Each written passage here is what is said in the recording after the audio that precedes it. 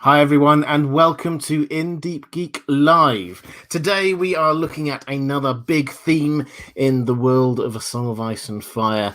We seem to have sort of stumbled into going through big themes in the books, so I think we'll probably carry on doing that, try and pick out a few more themes over the next 2 or 3 weeks. As always, what I'm going to be doing is framing this around questions that I've got from my patrons.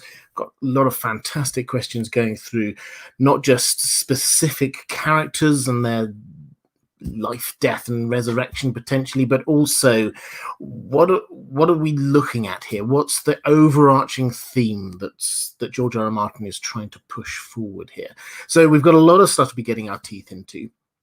What I try to do always just at the very beginning of these live streams is give you a little flavor of one or two things happening out in the wider world of science fiction and fantasy, particularly TV shows and films and the like that are in production. And the one thing this week I would draw your attention to is His Dark Materials Season 3 is now being filmed. It's now in production. I'm a huge fan of the books and the TV show. They've done 2 seasons already. Excellent, really, really good. Well worth looking out for. On this side of the Atlantic, it's on BBC. I think it's on HBO over in America. Do check it out if you haven't. But they're starting to film now, so expect that in about a year or so's time, I expect. The last book is fantastic. It's a trilogy, His Dark Materials, and this will be covering broadly the last book of the trilogy. So expect some quite big themes coming out of that, as well as some excellent storylines. So let's get into this straight away. We've got, as I say, a lot of questions from patrons to be going through. Couple of quick super chats before we went on air. Ty Farnsworth saying, could Jon Connington be the revived Stone Dragon? Now, this I think is probably a reference to the prophecy of Azor Ahai Reborn that Melisandre talks about, with dragons coming to life from stone. And Jon Connington, of course, has got grayscale and is turning to stone. So could he be that? Personally, I think not. I think that's the opposite round. I think he is becoming stone rather than stone becoming a dragon. And I think that he is supporting the cause of a false dragon, personally. That's my take. Fagon, I think, is a Blackfire rather than a true Targaryen. So I think that the dragons coming to life out of stone can be fulfilled, however, in lots of different ways, as is the way with George R. R. Martin in prophecy. I think certainly the stone dragon eggs being hatched was one very literal way of stone dragons coming to life. I think that we will also see statues coming to life, and we do get lots of hints of that throughout the story. So it's definitely something George R. R. Martin is playing with. I don't think Jon Connington is what he's building towards here, though. Campbell Parker saying, first time catching you live, welcome. And just wanted to say thank you for all the content. Got me to finally read the books. Just finished A Feast for Crows. I am delighted. First of all, welcome to live streams. It's a very different experience. I hope you get a chance to interact in the chat. Quick shout out to my moderators. You do a wonderful job, moderators. Thank you so much. Please, if you are in the chat, show them some love. But it always gives me great pleasure when people say that what I do got them reading the books or inspired them to read something. They're fantastic stories. There's so much. If you watch the TV show and then you read the books, there are so many extra layers to it. And if you're just finished A Feast for Crows, I think it just gets better myself. That's just my general take. I think when you're heading on into A Dance with Dragons, it works better with each read as well. So thank you so much, and I'm delighted that you're getting into the books.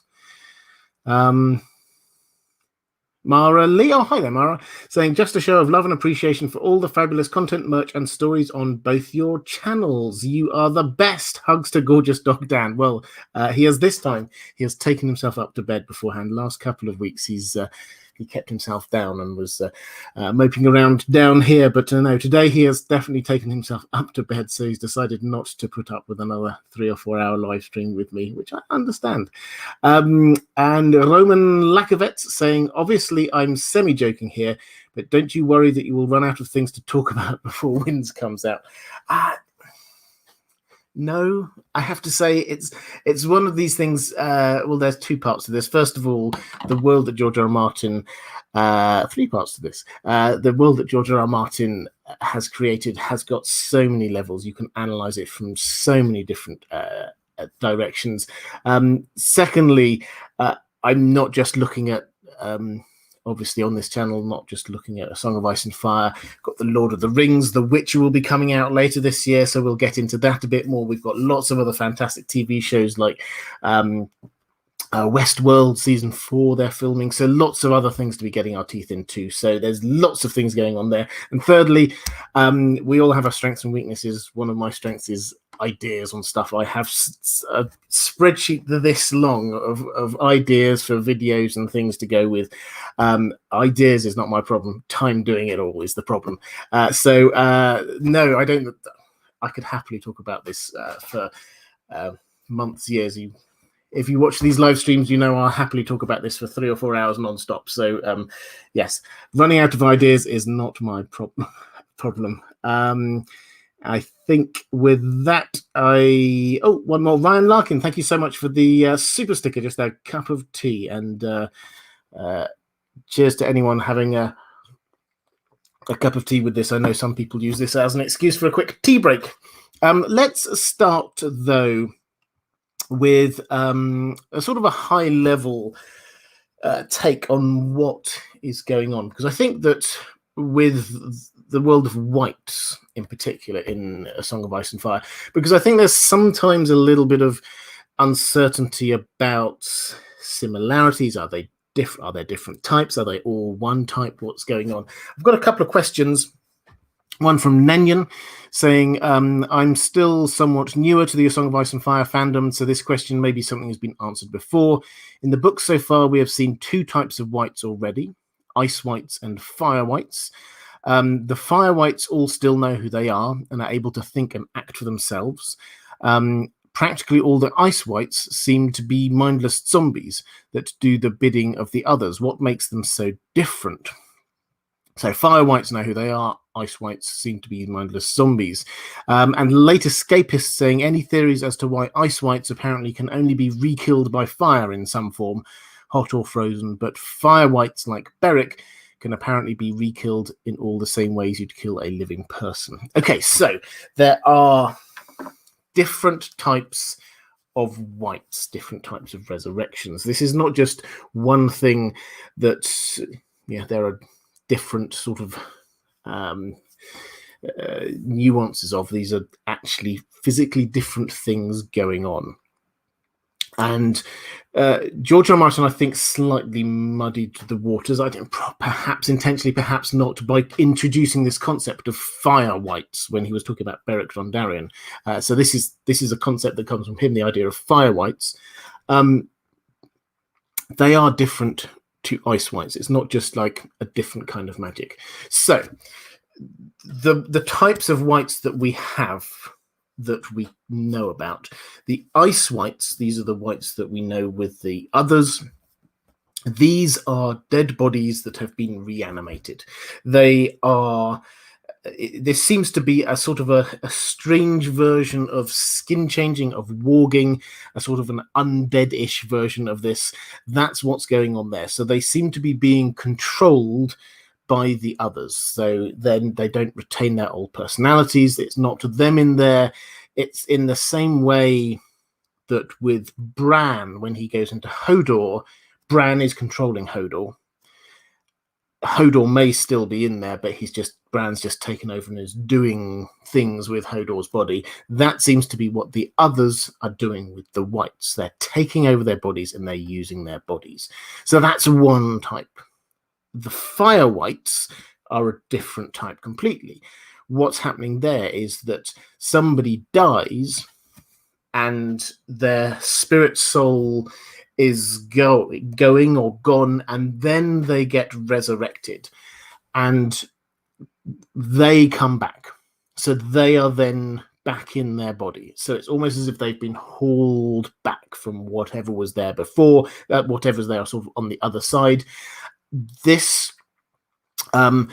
usually means, it would seem, that you lose something of yourself. Beric Dondarrion, each time he comes back from the dead, then he loses a bit of who he is. He forgets the name of the woman that he loves. He loses love of food. He loses memories of his past.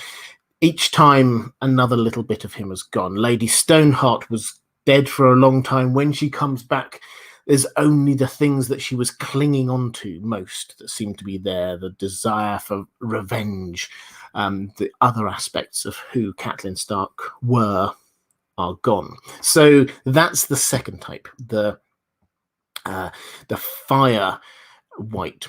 Now, the third type we have seen is what I call a science white, which is what Qyburn has been doing. This is what the zombie mountain is, Robert Strong.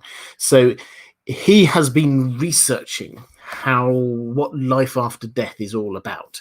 And when he gets to be in King's Landing with all the resources that he needs at his disposal, finally he seems to make a breakthrough, and this is where Robert Strong comes from.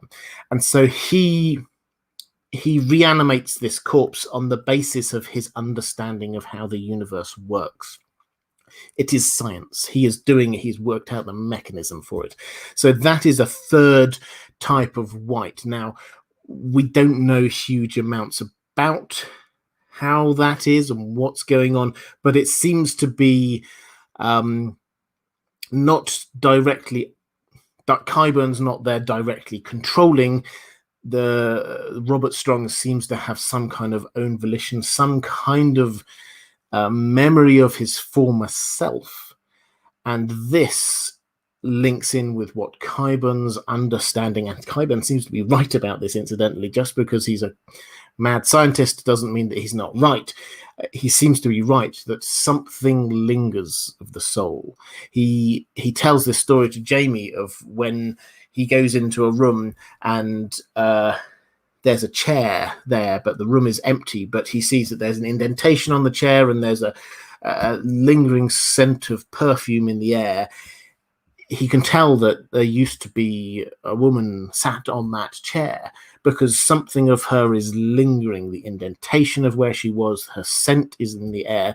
That's something that lingers, you can keep hold of, and you can use that to animate the dead the dead body in some way. So that is a third type of white we have. Then we've got a couple of other oddities. We'll come on to Jon in a lot more detail in a moment, but the warging thing definitely seems to be a second life. We saw in Varamir 6 skins. If you are a skin changer, a warg, then when your physical body dies, your spirit, your soul, you can then go off to try and inhabit your animal, or he was attempting to inhabit another human being. But you can, in the same way that when you're alive you can warg into your animal, you can just do it on a more permanent basis. So that seems to be another. It's not quite resurrection, it's not being a white, but it is a second life. It is a life beyond death. Then, and we will perhaps cover many of these other things, there are lots and lots of other random things. Patchface seems to be a law unto himself. You get the House of Black and White. They seem to, when Arya puts on one of those face mask things, that seems to carry some sort of lingering memories of the person. So there are lots of other things dotted about that George R. R. Martin has got of this life beyond death.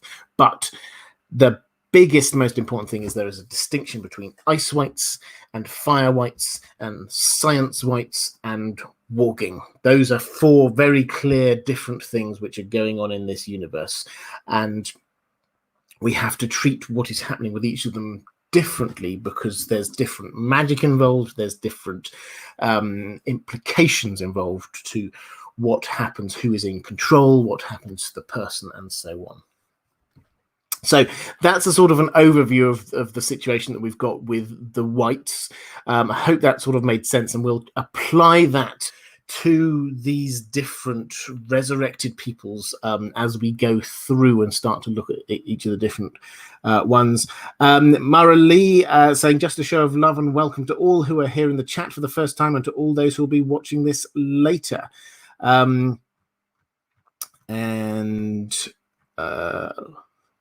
C. McBroom saying, hi, Beric rose 7 times before saving Lady Stoneheart, so she inherited 1/7 of a soul. Does this play into how cruel she is? She seems to shift more towards justice, like Beric, and less interested in finding her kids. I mean, you come up with an interesting point there. So I personally take the fact that she hasn't got... it's not that he is...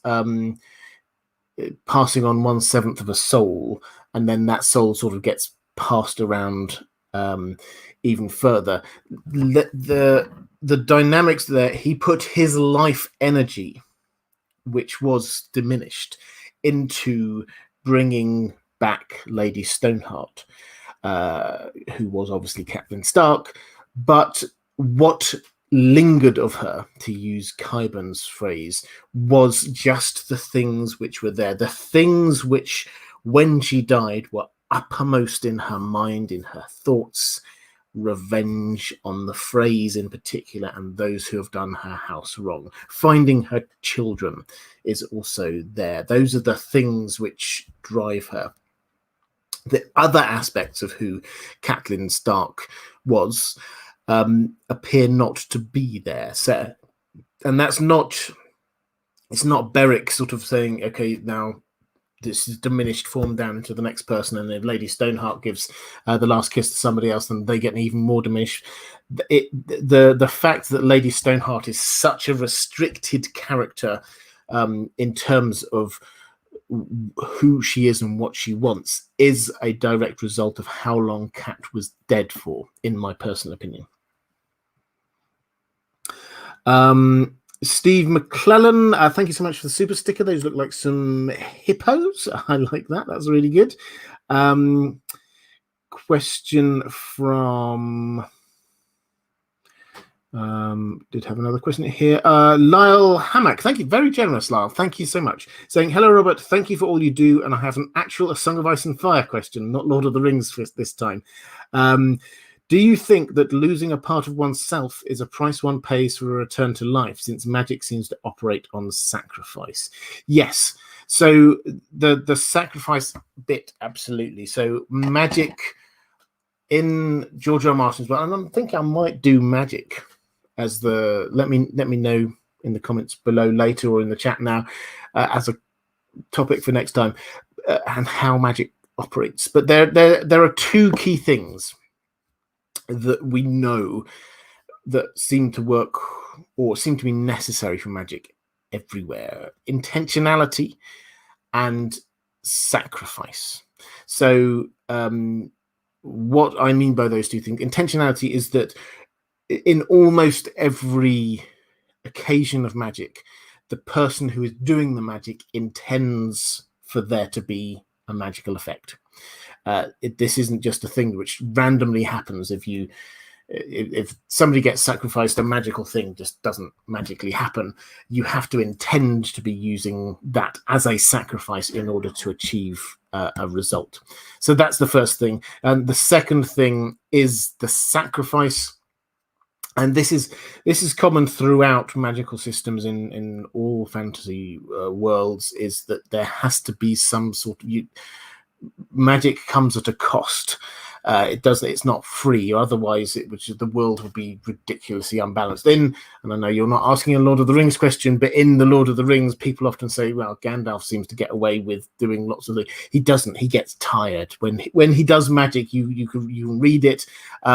When he faces the Balrog, for example, he's done a big bit of magic trying to do a locking spell on a door, which the Balrog blasts away at. And then when he faces him on the bridge, then he says, I was already, I mean, he doesn't quite use these words, but I was completely knackered. I had no, I'd used up so much of my energy already. So there is always a cost for magic. So that's very true in A Song of Ice and Fire. The one thing that seems to me, and I keep on coming back to this, so maybe one point I will have a proper answer to this, but the one bit of magic that doesn't have that is that first Beric resurrection, because Thoros of Myr was not intending to resurrect him at all. That much is very clear. So the intentionality was there. That seems to be a bit of an outlier. But apart from that, we do need this sacrifice and intentionality. In terms of losing a part of oneself, one pays for a return to life. Yes, but it's more the person doing the magic is the one who does the sacrifice, rather than the person that the magic is done unto, if that makes sense. So, for example, Melisandre did save Khal Drogo's life, and she made the sacrifice, his horse, although there are intricacies there we'll get into a little bit later. So she made the sacrifice. The sacrifice was not made by Khal Drogo. He did lose a bit of himself, but that was Melisandre doing what she wanted. So when Beric comes back and loses a bit of himself each time, it is not because he is paying the sacrifice for that. It is the fact that he has gone, and when you come back, you do lose a bit of yourself. I think that's me caught up on the... Oh, no, I've got a couple more questions in the chat. Tyler, Evan, how can Varamir die multiple times but still return? So this is Warging. There is a difference in George R. R. Martin's world. There is a difference between the body and he doesn't really use the same word each time, but the body and the soul. Let's go with that. Varamir's body dies. His soul is still alive. And what a skin changer can do is move their soul into the body of the animal. And so he has got 6 different animals to choose from, and he can then move his body into that. So whereas his body dies, he does not. He can live on a second life in his wolf. So that's what's going on there. Chelsea Oliver, hi Robert, do you subscribe to the theory that Robb had a very short-lived resurrection by walking into Ghost? Ghost, no. I think, and I've got a longer question on this from one of my patrons, so I'll just answer this bit now. Grey Wind, I think it's entirely possible he did. So Robb, we never got a Robb POV chapter, so we never actually see from his perspective, in the same way that we know that Arya can see through Nymeria's eyes and Jon through Ghost, and we know that they're wargs. We just assume that Robb is, based on what we read about him, but I think it's a reasonably fair guess. And the last things he says, Grey Wind, so he's calling out in the same way that it's an echo of Jon later on. Jon calls out to Ghost. So yes, I can certainly buy that he did warg into Grey Wind. Grey Wind, however, died shortly afterwards, so it would have been very short-lived. And Robb, it has to be said, none of the Starks were trained skin changers.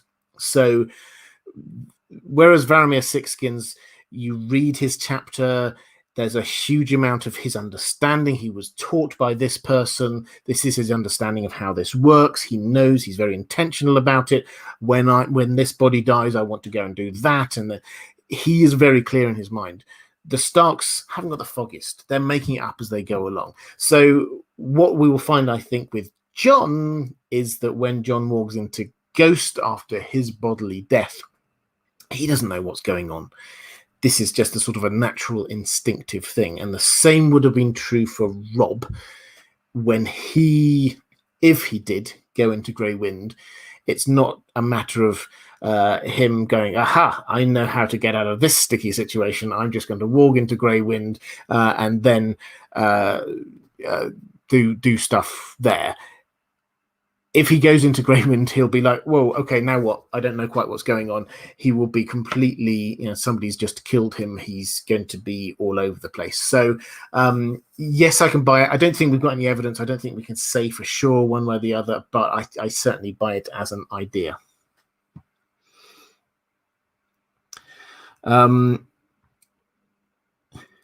Luis S., not in line with the topic, but Game of Thrones is becoming a franchise at Warner Brothers, HBO. What story could be a single standalone movie, and which would be a trilogy series? Well, yeah, not on topic, but happy to quickly answer this one. So, in terms of what they've got, Dunk and Egg, my personal take, works best as they could do this as films, or I think more like feature-length standalone episodes. I'm thinking, if you ever watched Sherlock, that kind of thing, where it's film length, but feels very much as part of a series rather than a film. That is how I would imagine Dunk and Egg working really well. We've had 3 of them, so maybe we could call that a trilogy. In terms of sort of are you saying a standalone movie? I mean, there's lots of stories that you could have as a standalone. I mean, maybe one of the Legends or something like that. I think you could probably do. I'm not sure. I think the thing is that George R. Martin has created such a huge universe that you can pick out stories from anywhere. The ones that we know that they're developing, obviously House of the Dragon is filming at the moment. They've got one that they're doing based on Nymeria and the Rhoynar. They're doing one on Corlys Velaryon and his voyages. They're doing one based in King's Landing, with basically looking with the lives of the small folk. And beyond that, we've not been told of anything. But yeah, I think as a movie, if they weren't making it as a stage play, which they are, then the Tourney at Harrenhal, I think, is probably what would probably work best there. So let's talk about Jon. The Late Escapist says, what do you think whoever ends up in control of Castle Black will do with Ghost until Jon is resurrected? My assumption is that one or more of the Free Folk will likely suspect or realise that Jon is living his second life in Ghost, as many of them are already familiar with skin-changing magic, and there's even a warg, Borok, currently at Castle Black. Also, are you aware of the theory that Ghost may have to be ritually sacrificed as part of the process to restore Jon's spirit to his body? If so, what are your thoughts? Well, I will quickly pick on that last bit. Yeah, I know people say there has to be a sacrifice for this to happen. I think that is, I mean, I wouldn't put it past George R. R. Martin for Ghost to be killed at this point. I think Ghost will survive. I'm 90% certain Ghost will survive, because I think Ghost is going to survive all the way through to the very last scene of the book, as he did in the very last scene of the show. But I think that from my understanding of what is happening with Jon, that is very different to this need for a sacrifice in order to resurrect him. So what we're not looking at is a fire white resurrection where you have to use magic to bring him back.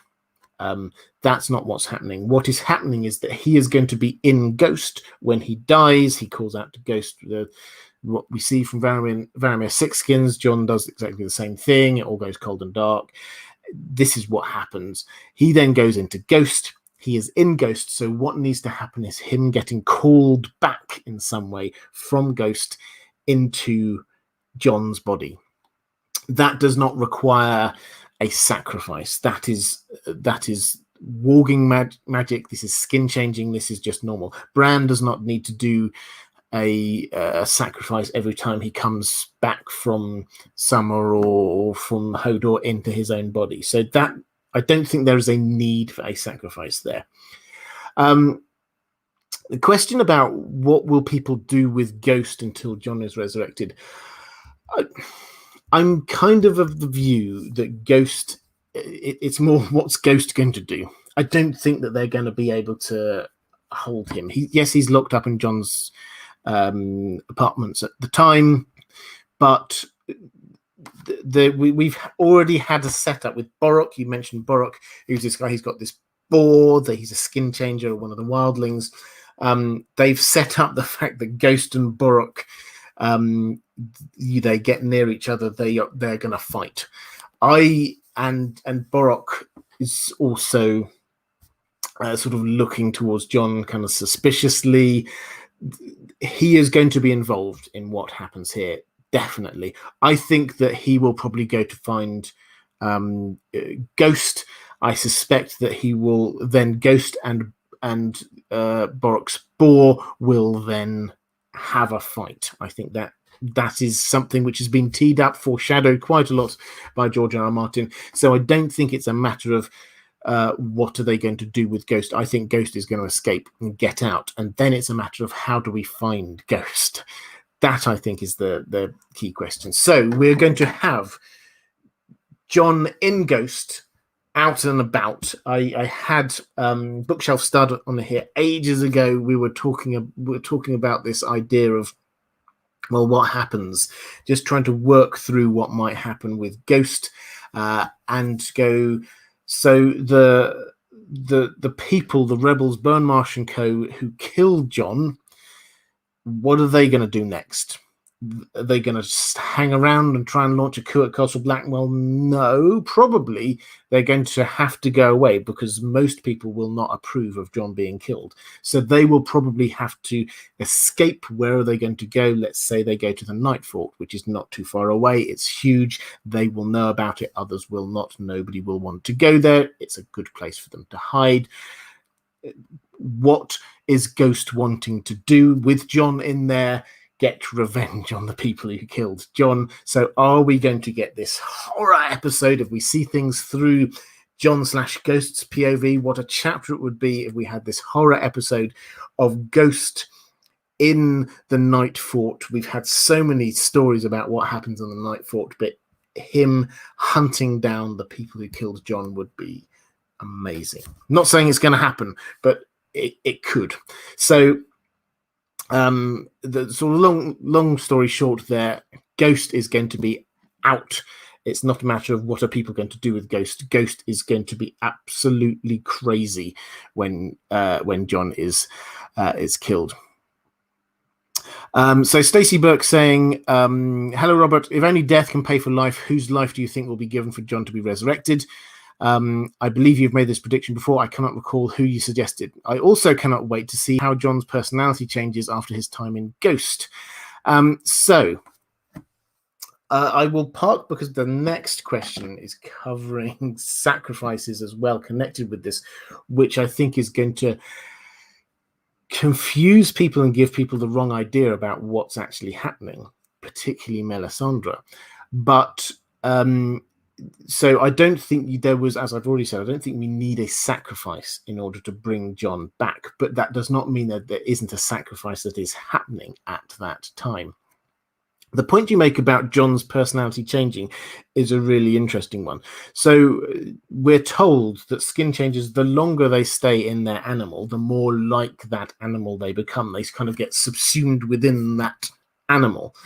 Now, Jon is probably, we don't know how long for, but for a period of time, Jon will be in Ghost. He will be in a wolf. So when he returns, he will be wolfish. What does that mean? He will still be Jon, but there'll be elements of him that will be more wolfish. and you can sort of work out for yourself what you think that might mean. But is that going to make him slightly more animalistic? Will it make him slightly more pack focused? But also Ghost is very much of a loner. Is it going to make him more of a killer? Is it going to make him even more broody, quiet? Ghost is silent. All of these things are possible. I've mentioned several times before how many echoes I see in the Farseer trilogy that Robb and Hobb has written, which is not just a random, here's another book series that could be a bit like George R. R. Martin's A Song of Ice and Fire. These are Robb and Hobb is as close as George R. R. Martin, to, as far as I can tell, to another writer. They shared the same editor. They shared manuscripts. That series was written at the same time George R. R. Martin was writing Book One, The Game of Thrones. They shared manuscripts. They had the same person providing comments back to both of them. They attend events together quite a lot. So they know each other's work inside out. And when you look at spoilers for the Farseer trilogy, if you ever want to read it, but when you get there, you get a central character who is bastard-born son of the heir to the throne of the six duchies, or rather than the seven kingdoms, somebody who has magical inheritance, somebody who is a child of prophecy, somebody who has a warging bond with a wolf, somebody who dies at the end of Act 2 and is at that point goes into the body of their wolf and is then brought back from the body of their wolf into their own body to finish off the quest. So this is something that I think George R. R. Martin is taking as a sort of a model, and in that you get this main character. Fitz is the name of the character. Chapters are spent with Fitz having come out from his wolf, still being quite wolfish, having to adapt again to being human. I don't think it's going to be quite that significant with Jon. I don't think he's going to have to be sort of sat down and trained again how to be human. But I don't think George R. R. Martin is very clear that everything has consequences, and he is definitely going to make sure that there are consequences for Jon having been in a wolf for a long time. There will be character changes. There will be differences in who he is and how he operates.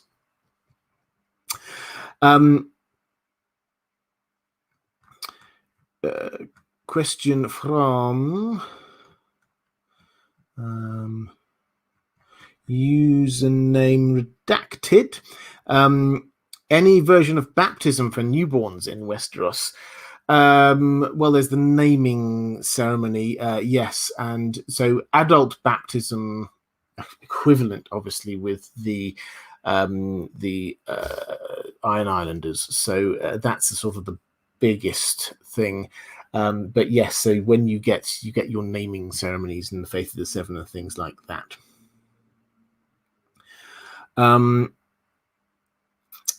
Question from Sparkle Burner: ever consider covering the Lord of the Rings video games? I haven't. I mean, well, I haven't. I've vaguely considered it.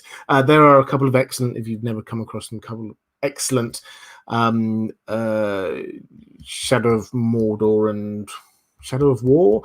I think Lord of the Rings video games now, they, although I do play video games, I'm not a sort of I wouldn't count myself as a gamer, so I suspect it would be more about me going through it and talking through the lore as I were doing it, which I have considered, but probably not in the short term. I wouldn't have thought those games. What I've played a very little bit of Shadow of Mordor, and I've seen a little bit more.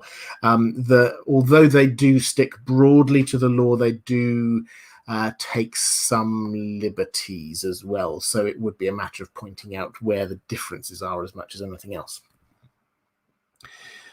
A question from Randy Babandi. Just saying showing some love. Your streams are still as entertaining as ever. Good. I'm delighted. Also, love when you say wolfish. Love to all the fans and mods also. Andrew K saying, do you think Ghost being very different in temperament and demeanor, higher intelligence wolf compared to the other wolves, minimize the changes in Jon? I think that the difference is as much the fact that he's quieter. He's silent. This is part of the reason he's called Ghost is not just because it's white. He's silent. He doesn't spark or he doesn't make a noise at all. So he's silent. And that, I think, is the biggest difference that we're going to be seeing. Is this going to make Jon quieter? If so, how's that going to impact on his interpersonal relations? The Hammer Time 51, first time catching the live stream, glad to listen throughout the day, whether it be working, cooking, or sleeping. Happy for you to listen to while you're sleeping. Mark Adams, thank you so much. Is that I think that's a dog super sticker. Thank you so much. And I think that's me caught up in the chat. So let's keep on building the Jon picture we've got going on. So thus far, I think we can be reasonably certain. I think we could be reasonably certain that Jon is going to walk into Ghost. I think we can also be reasonably certain that his body is going to be put into the ice cells.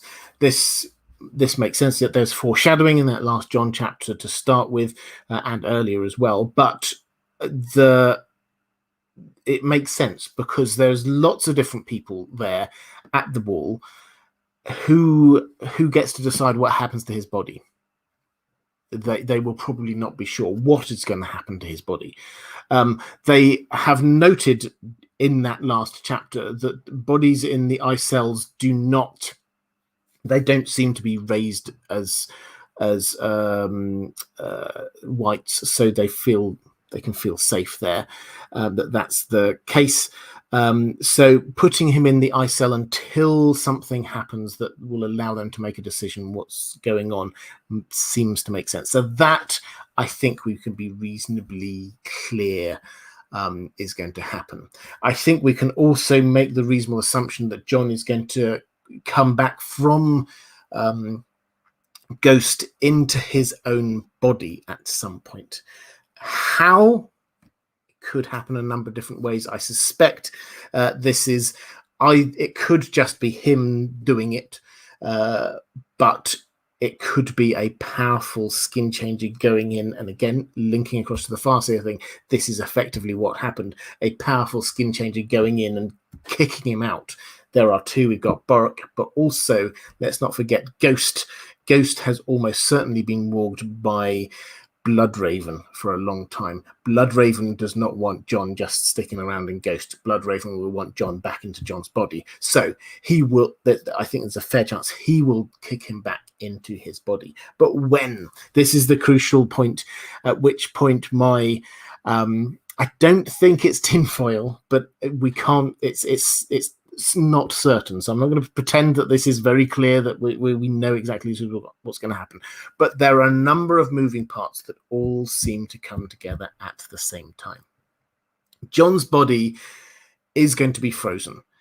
In order for it to be unfrozen, in order for then to allow Jon's soul to go back into it, there will need to be fire of some kind. So there has to be a fire.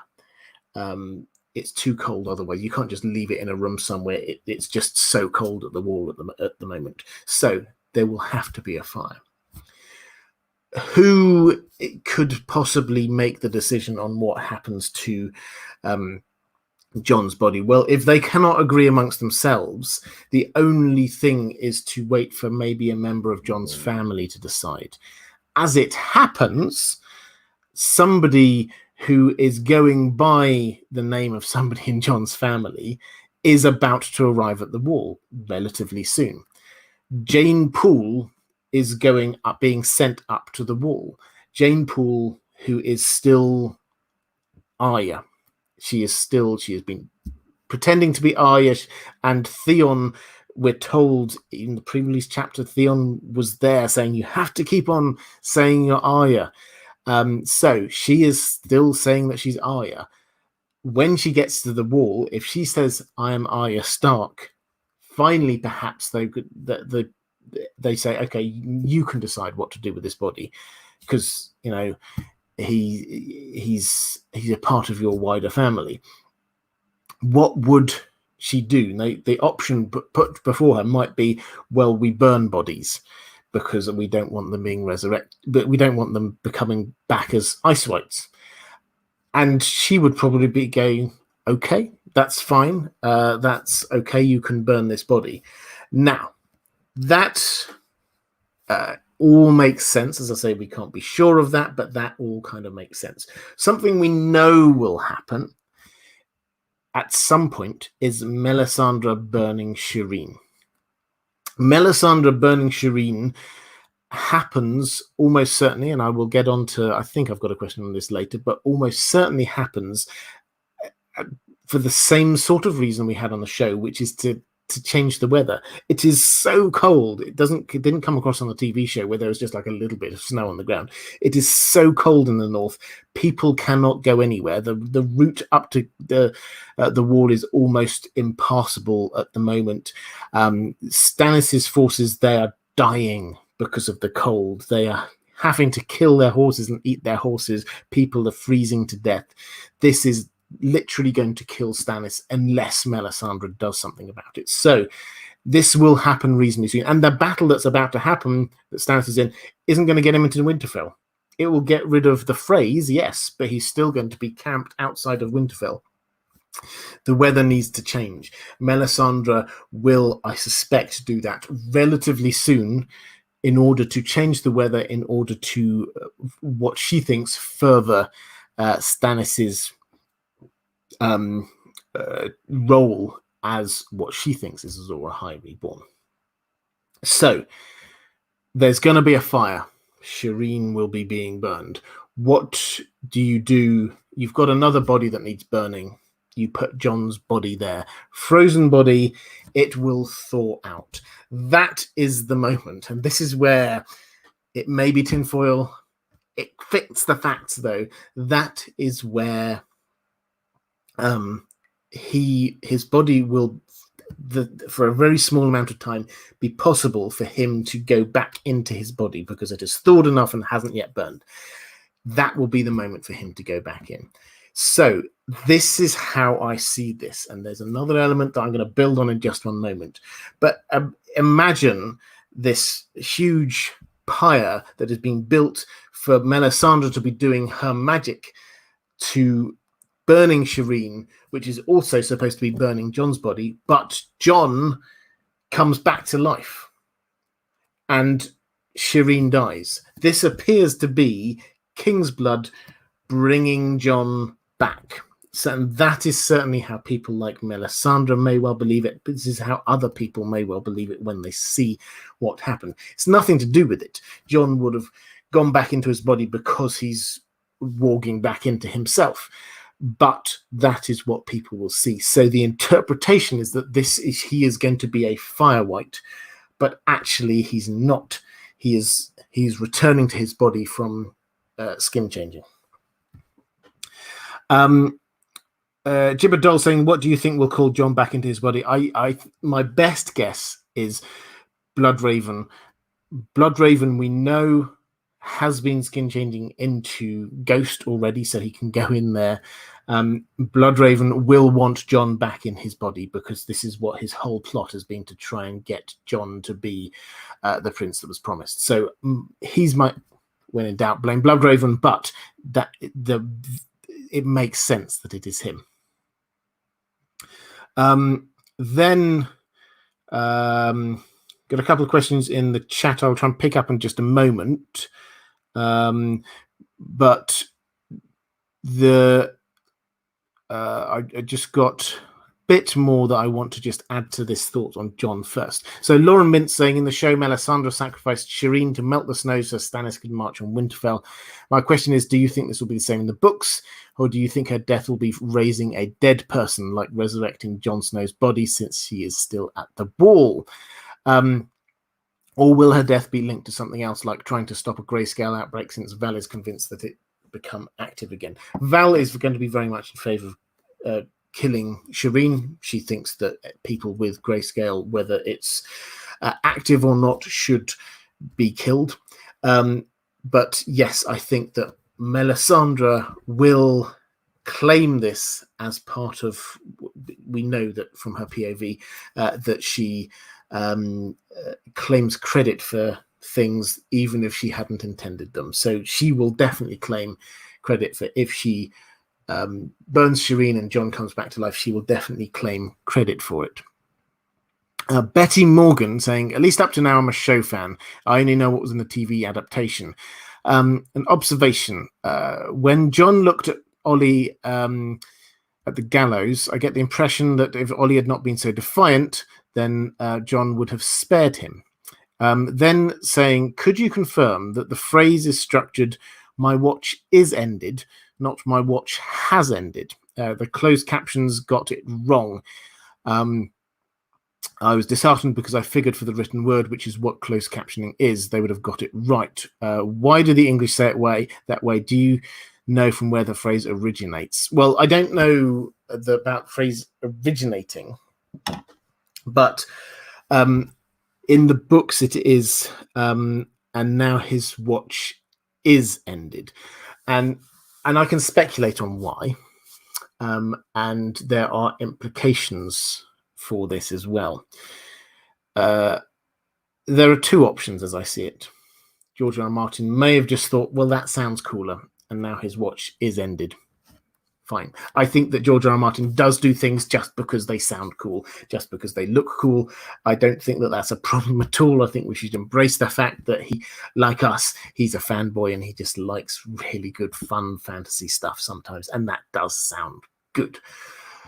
But there is also a subtle linguistic thing going on here, which I think does have quite strong implications if this is what George R. R. Martin has done.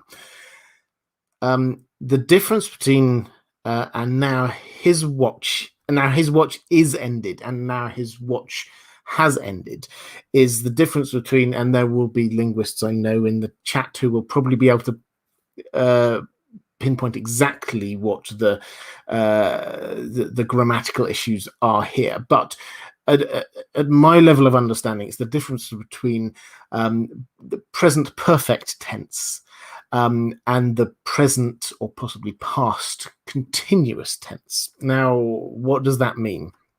So, and now his watch has ended is actually quite vague. This is present or past continuous because we don't know the timing. It has ended. Is it ended now? Did it end a while ago? Did it just kind of like, was it a single point at which it ended? Did it sort of trickle away?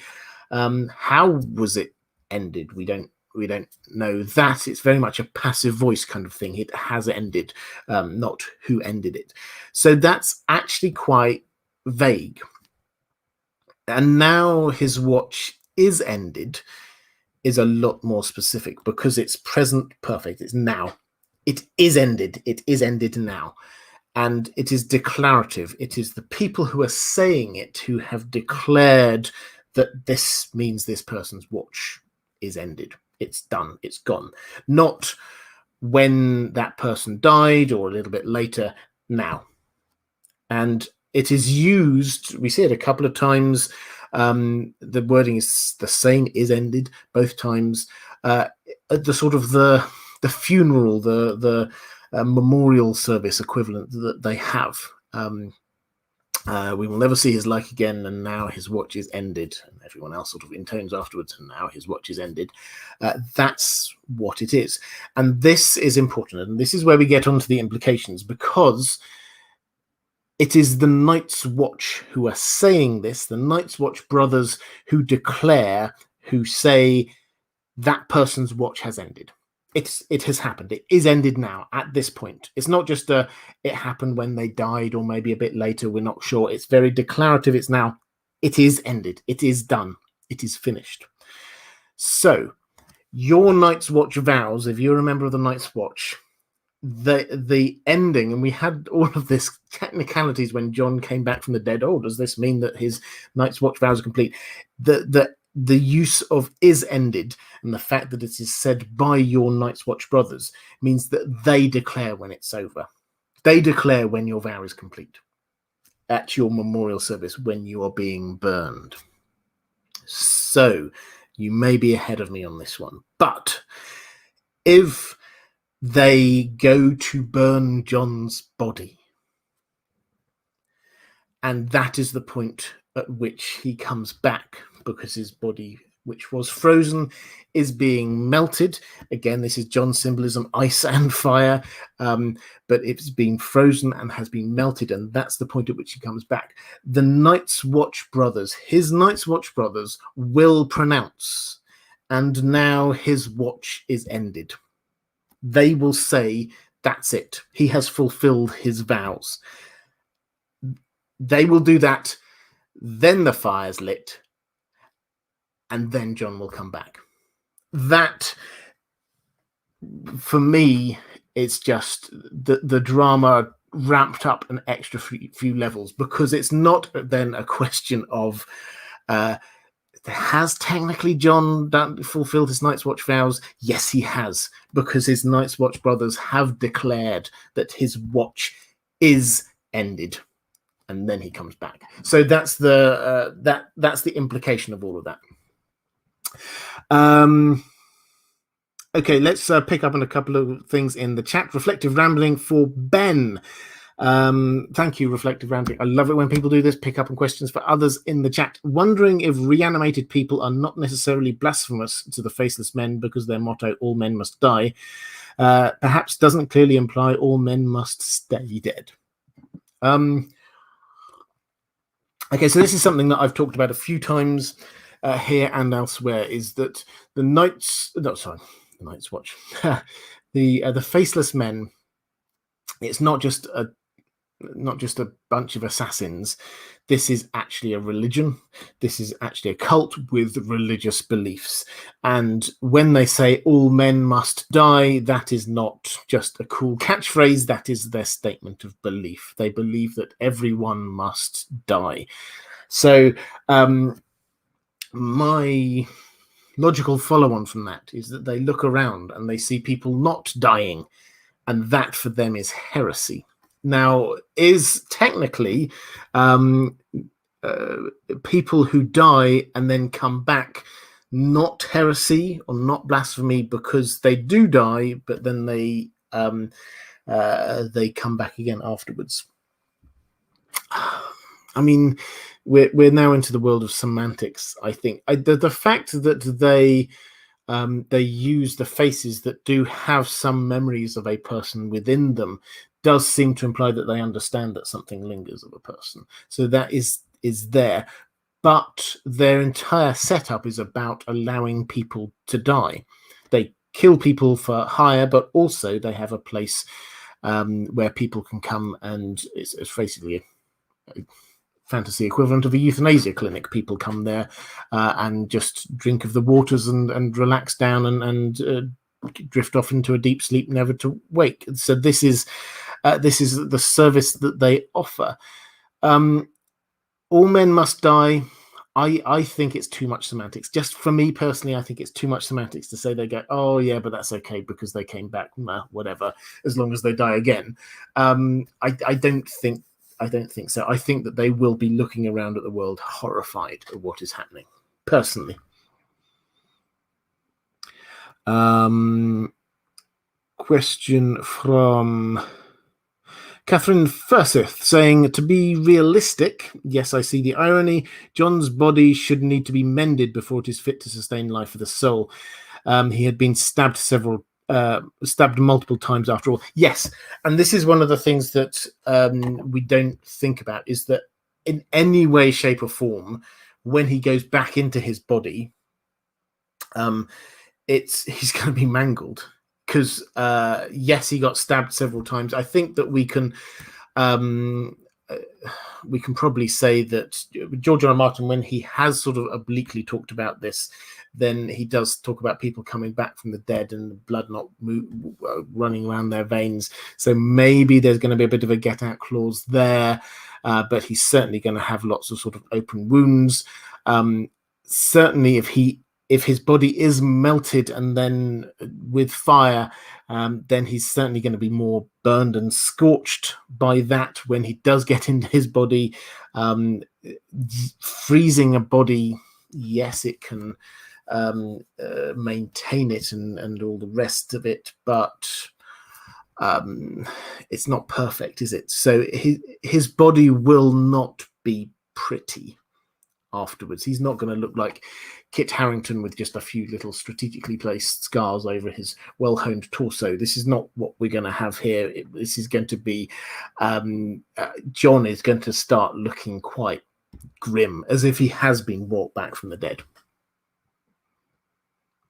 And I think, yes, so when he does come back into his body, people will probably need to tend him. I think that's the short answer to that. Kelly Johnson saying, are Jon and Dany reincarnated lovers from the great Empire of the Dawn? I don't think George R. R. Martin does reincarnation. I'm not saying that he doesn't, but we've not seen any hints of it, I don't think. So I'm going to say no. Kendra Summers, what will Mormont's Raven say to get people's attention about Jon in Ghost? So Mormont's Raven is Blood Raven, basically. This is Blood Raven walks into lots of different things. So what it tends to do is it says the same word to that somebody has almost always somebody has said something and then it emphasizes it. So when Sam is sort of lingering at Craster's, then somebody talks about, you've got to run, you've got to go away, and it's sort of, I can't remember use this exact word, but it's run. And when talking about Jon, quite often King. So it emphasizes words that it wants people to take on board. Now, what could that mean? A decision of if Bloodraven's plan is to get Jon back from Ghost's body into a melted as Jon's body, then it would be encouraging people to do with Jon's body what he wanted it to, and then trying to make sure that Ghost is nearby. Jon is still not, he's not a master of skin changing, he's not been trained in it, so I think that there probably needs to be a degree of physical proximity going on. The short version, Palani, apologies, I did the longer version of the replying to this, but the short version is that it's going to be about pack, not just who is Jon in Jon's personal pack, but his link with Ghost is going to be stronger, and Ghost's pack with the direwolves. Okay, so I think we're back up on Andrew K. Yes, I was singing your praises the entire time, and no one got to hear about it. Andrew K. is a wonderful human being. So hopefully we will be back. Everything is working properly again now. So let's go with a question. I'll just keep on going. A question about the mountain. We've moved on from Jon. We're going to talk about the mountain for a bit. Robin Isamar. Hi, Robert. What do you think about the theory that the resurrected mountain doesn't have a head? Besides the lack of indicators that the head sent to Dawn would be a fake, I also think it makes sense, since Gregor's head was always his biggest weakness. We are told that he was plagued by painful headaches and had to binge drink milk of the poppy just to function. He wasn't stupid, but it seems like the headaches made him act recklessly at times, like killing someone for snoring. Removing his head would make him stronger, pun intended, and more level-headed. Okay, so for those who have not come across this idea. So Robert Strong, we talk about the Zombie Mountain. In the books, he's known as Robert Strong. Now, he when we see him, he is wearing his armor. And I think actually, incidentally, Eric Fogg, I'll answer your question at the same time here, saying Cersei has absurdly heavy armor made for Robert Strong. Does he actually need any protection, or is the armor hiding his identity and the hideousness of Qyburn's experiments? Can the mountain carry even more weight on his person in death than in life? So the Zombie Mountain is the result of Qyburn's experiments. This is undoubtedly the case. The head went to Dawn. This is a massive head.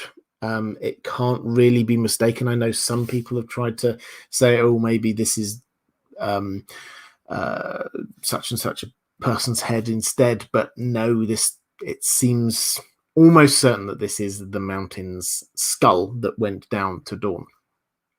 So if that's the case, what's on Robert Strong's shoulders? Well, we don't see, because he has a helmet on. All the time he is wearing full armor. Now, this is very disturbing for people who look at him because of the fact he never takes it off. The other members of the Kingsguard note this, that he never takes off his helmet. And if you look through the eye slit, it's just darkness. You can't see his eyes. He doesn't eat. He doesn't seem to sleep. He doesn't talk. He doesn't make any noises. There might not be a head there. It's not that Qyburn grafted a different head on the top. Maybe he did, but there may well not be a head on there at all. It may just be a reanimated body without a head. That, I think, is my personal best guess at what is going on here. That makes it actually even more horrific, I think, than this idea that this is a sort of a Frankenstein's monster of bits added together, because they would look, because the mountain was so, outrageously bigger than anyone else. If you put someone else's head, it would just look outlandishly small on his shoulders. So if you can reanimate the body without the head, then do it, and then put the helmet on, and he would never know. So that seems to be what's going on there. In terms of, is he stronger? Well, he might be. We do not know yet all of the details of what is going on there. But what certainly probably is the case is that the stamina is going to be increased. You can just carry on. As you say, Robin, he loses some of his weaknesses about headaches and things like that. He did get massive headaches, really painful migraines. That's all gone. And he's no longer human. He is reanimated, therefore the pain receptors doesn't work. So he will probably just be able to carry on. If somebody hacks away at him, he can just keep on going. So that is what it is. So whether or not he's stronger, we do not know, but he almost certainly will have much greater constitution going forward.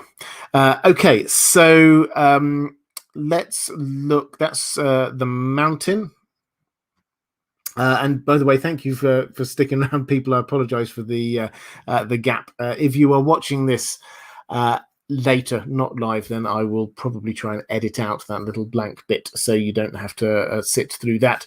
But yes, I think there was about 5 minutes or so that I missed out on. So let's look at a few other individuals and possible resurrections and things like that.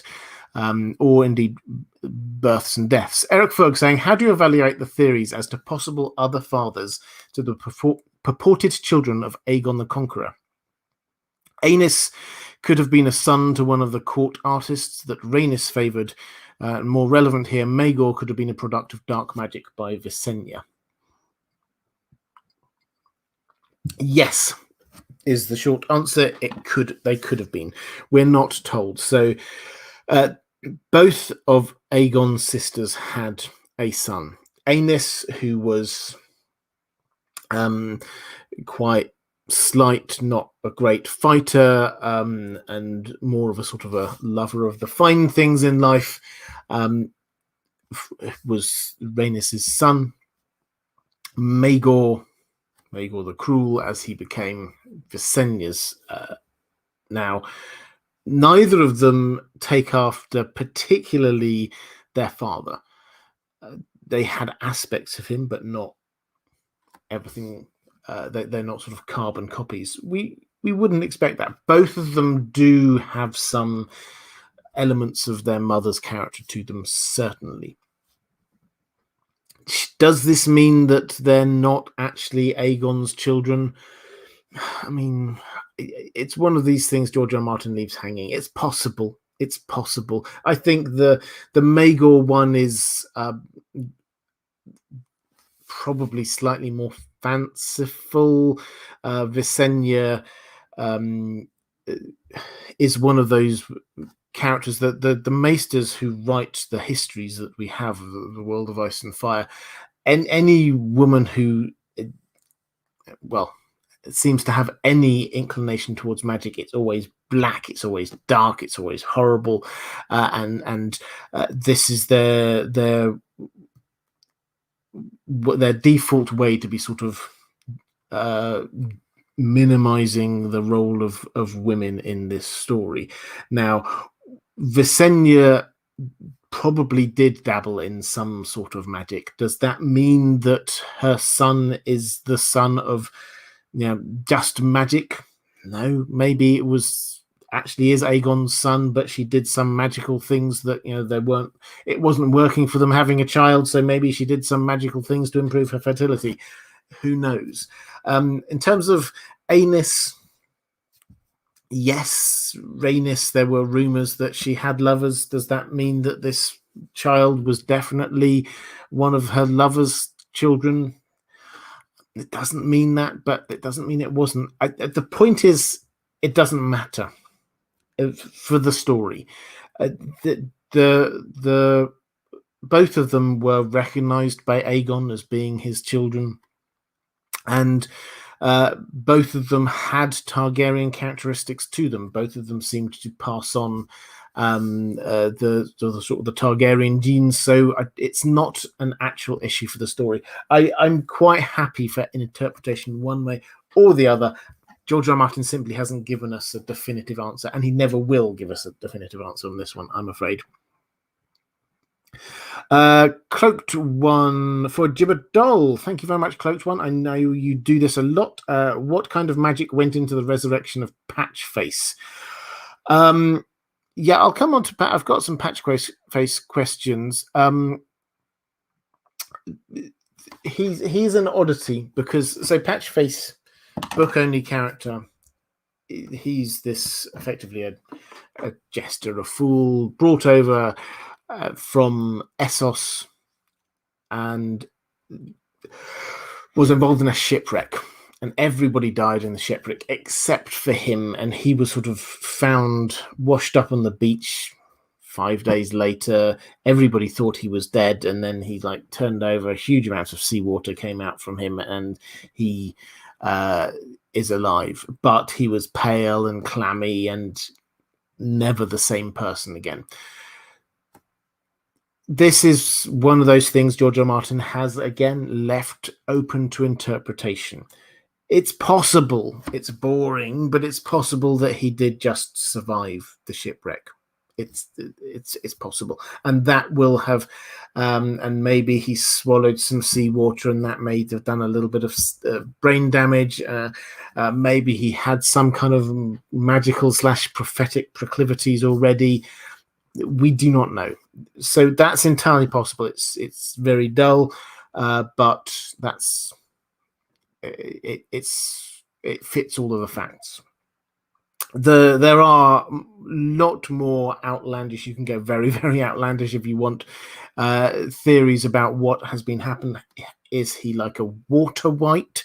Has he been resurrected by the power of water magic? Well, for that, I would say you need sacrifice and you need intentionality. Is there intentionality? Well, if there is, then this has to be from someone that we do not know yet. If this is if there's sacrifice, then yes, lots of other people died, but that has to be caused by the person who did this, not just accidental deaths. So doesn't quite work for me. The idea that maybe he's being brought back by a god of the sea in some interpretation of it, and there's lots of gods of the water in the world of Ice and Fire. So we talk about the drowned god.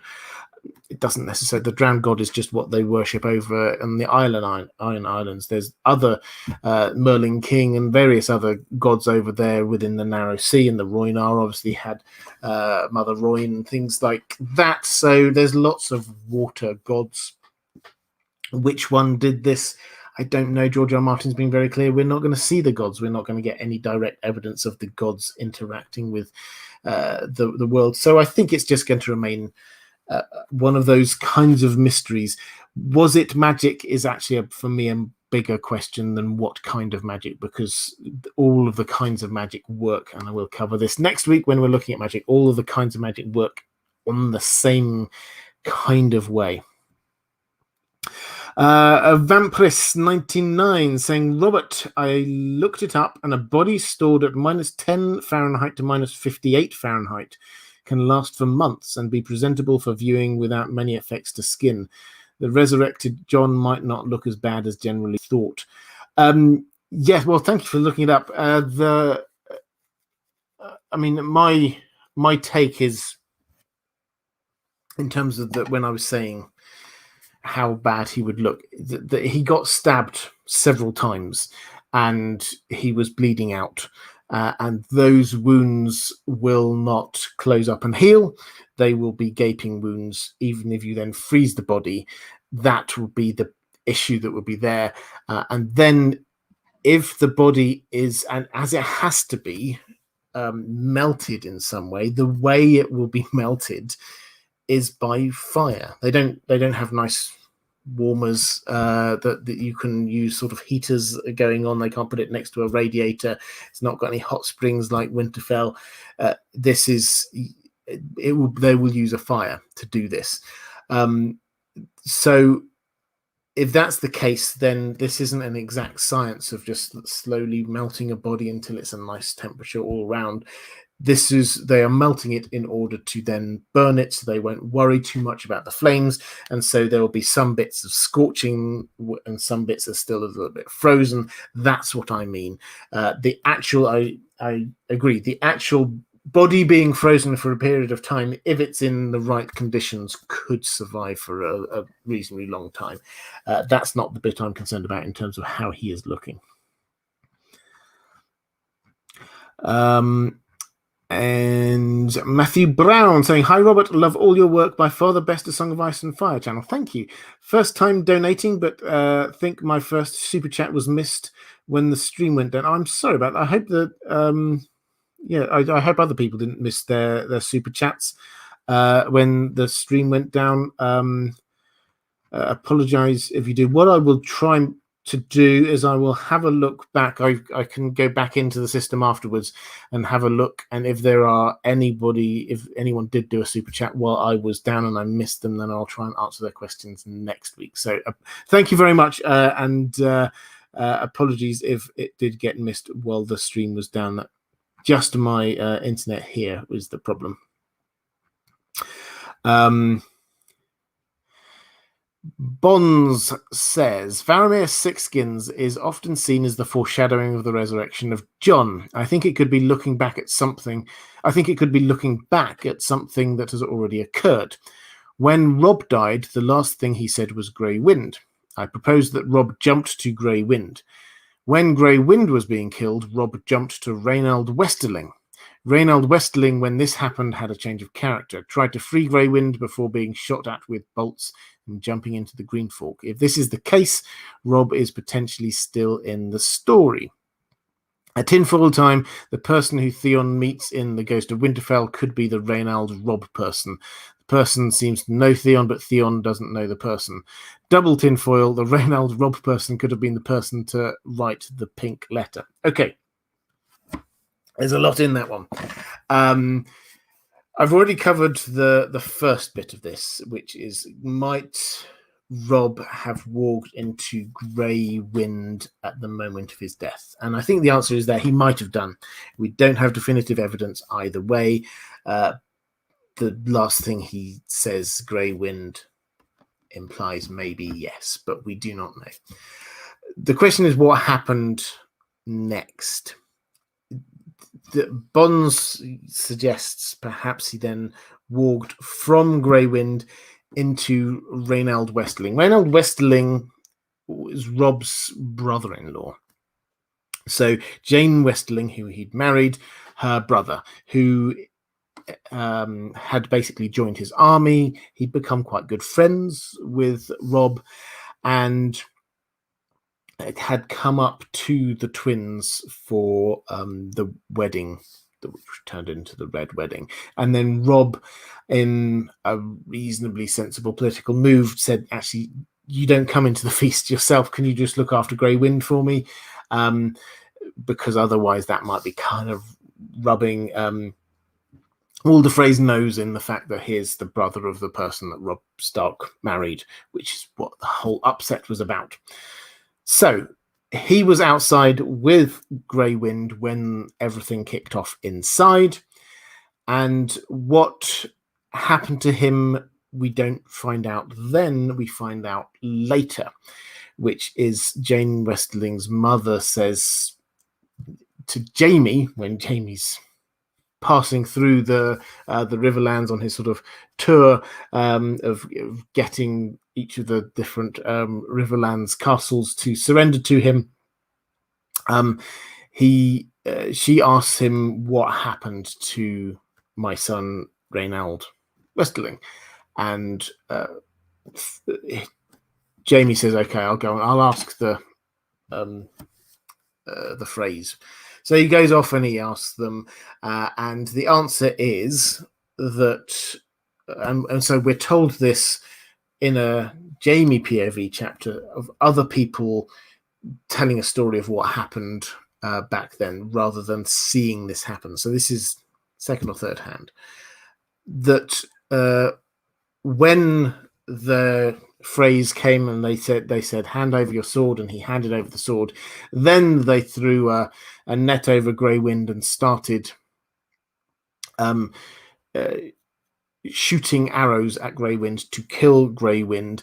That's the point at which Reynold Westerling then turned on the people who were attacking Grey Wind, tried to free him. They shot him.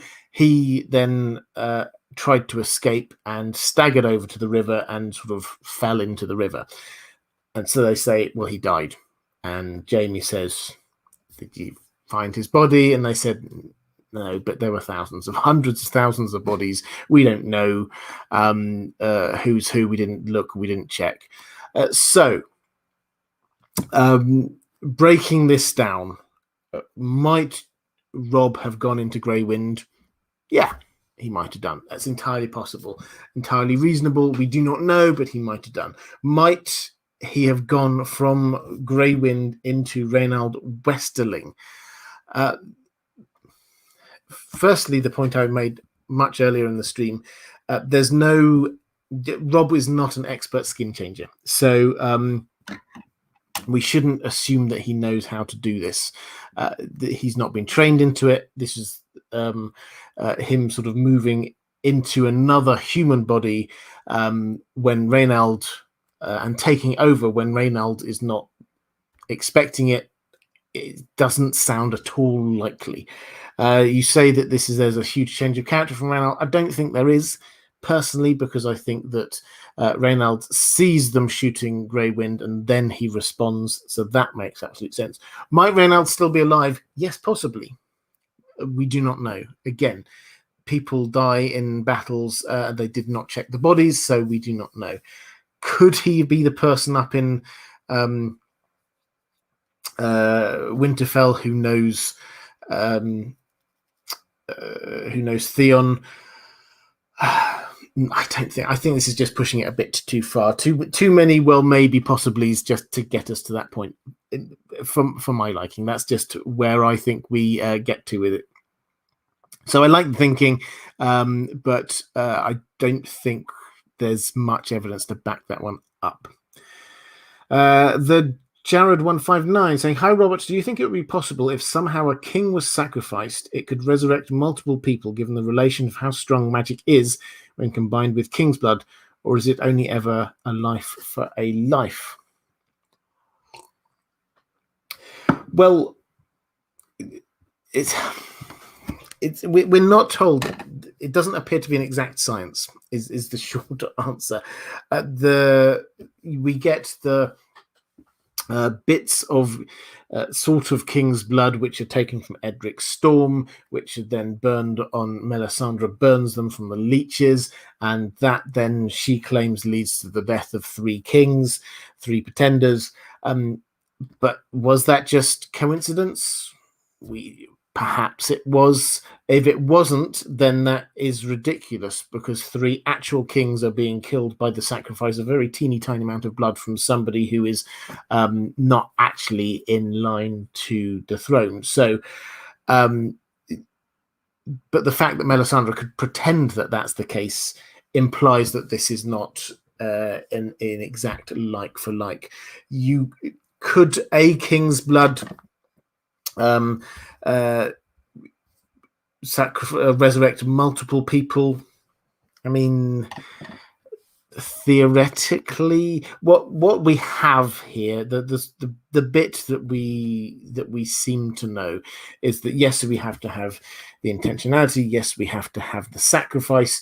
The greater the sacrifice does seem to allow more powerful magic to be done. So if you're not actually sacrificing all that much, then you're not actually going to be getting hugely great magic. If you sacrifice big things, then you might get big magic. And this seems to be, incidentally, what is behind Euron on the other side of the planet when he's got this big battle and he is going to be sacrificing lots and lots of people because he wants to perform huge magic.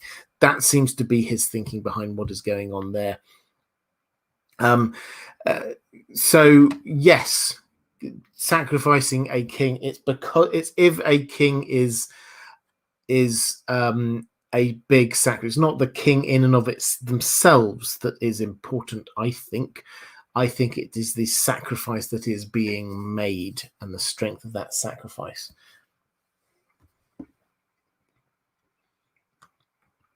Matthew Brown, why wouldn't a sacrifice be needed for Jon's body to be resurrected? If not, it implies Varamir could have returned to his body.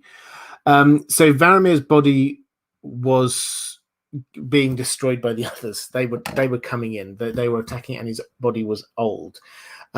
He was not. This isn't a matter of he wanted to leave his body to go to a younger body. That was what he was wanting to do. He was trying to get away, and in theory, it seems that it could have worked. He could have gone into a younger body. That was what his plan was, and it did not require a sacrifice. So this is a different type of thing. It is not a resurrection. Actually, this was part of the rant that you missed when the stream went down for a few minutes. Jon, what will happen with Jon is not going to be a resurrection. We're using the wrong terminology here. This is not a resurrection. This is a different type of magic. This is a returning the soul of a person to their body when it has been skin changed into somewhere else, warged into somewhere else. It is not recalling a soul from heading off to death. Jon's soul is not heading off to death. It's headed off into ghost. So they are very different things.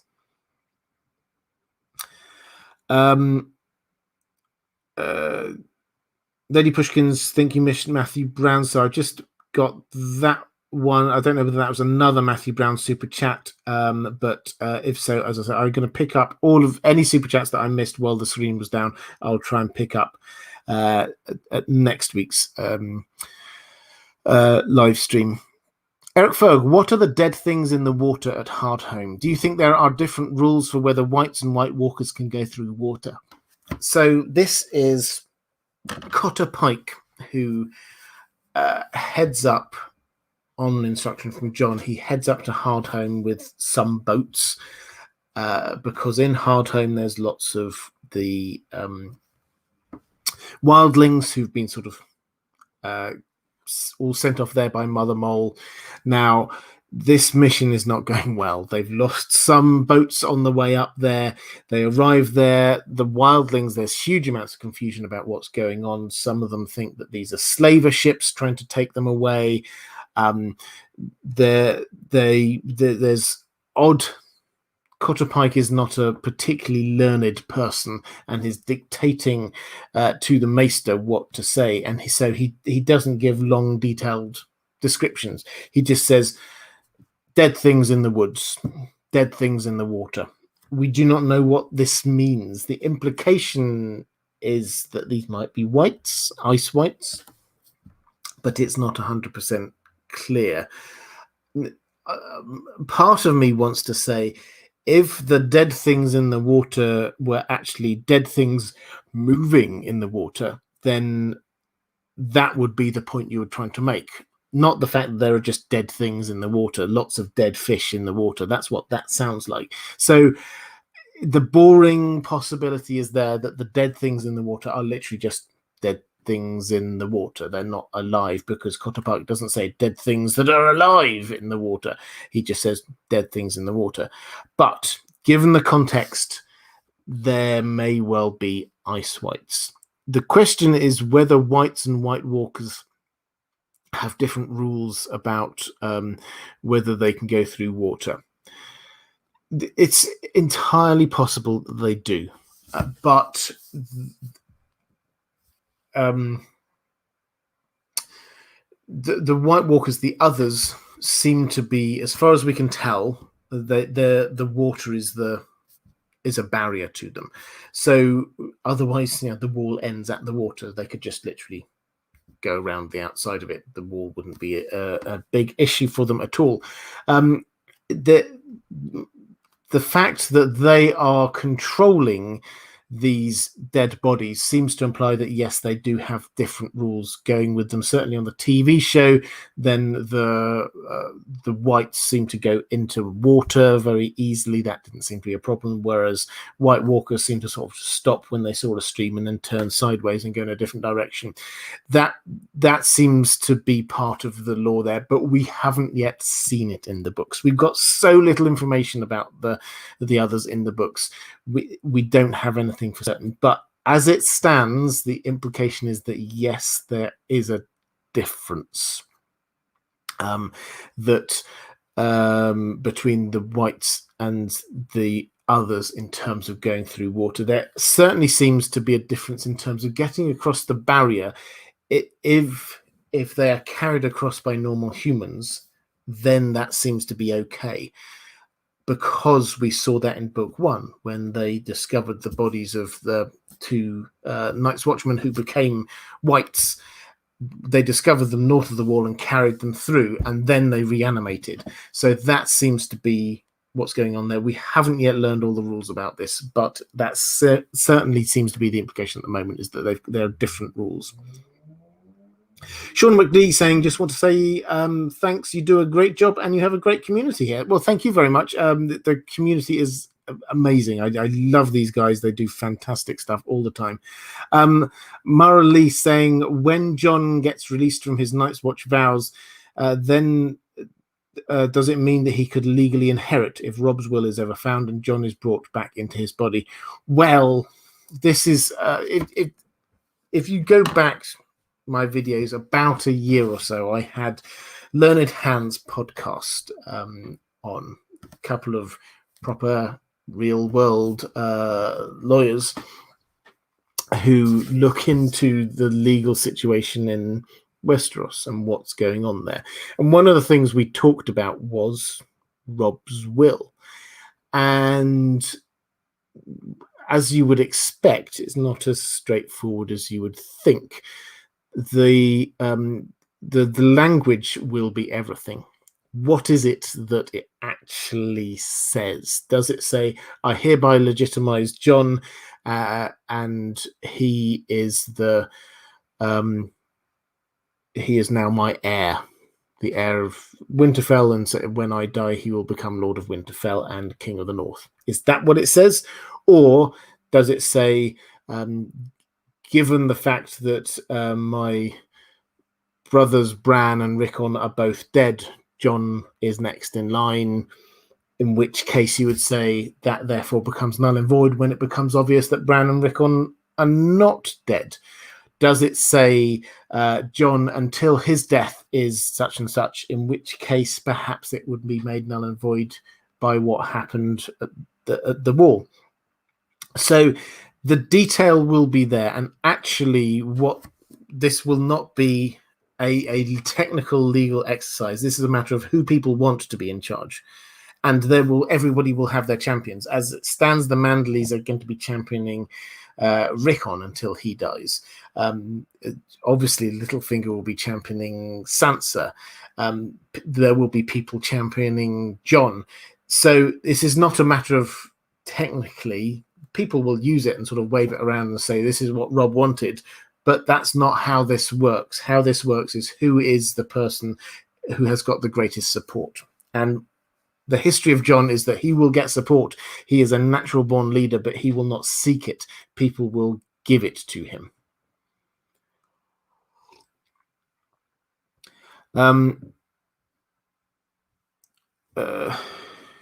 Gordon NRG talking about death. Is there a chance that Lyanna didn't die at the Tower of Joy, but at the Trident instead?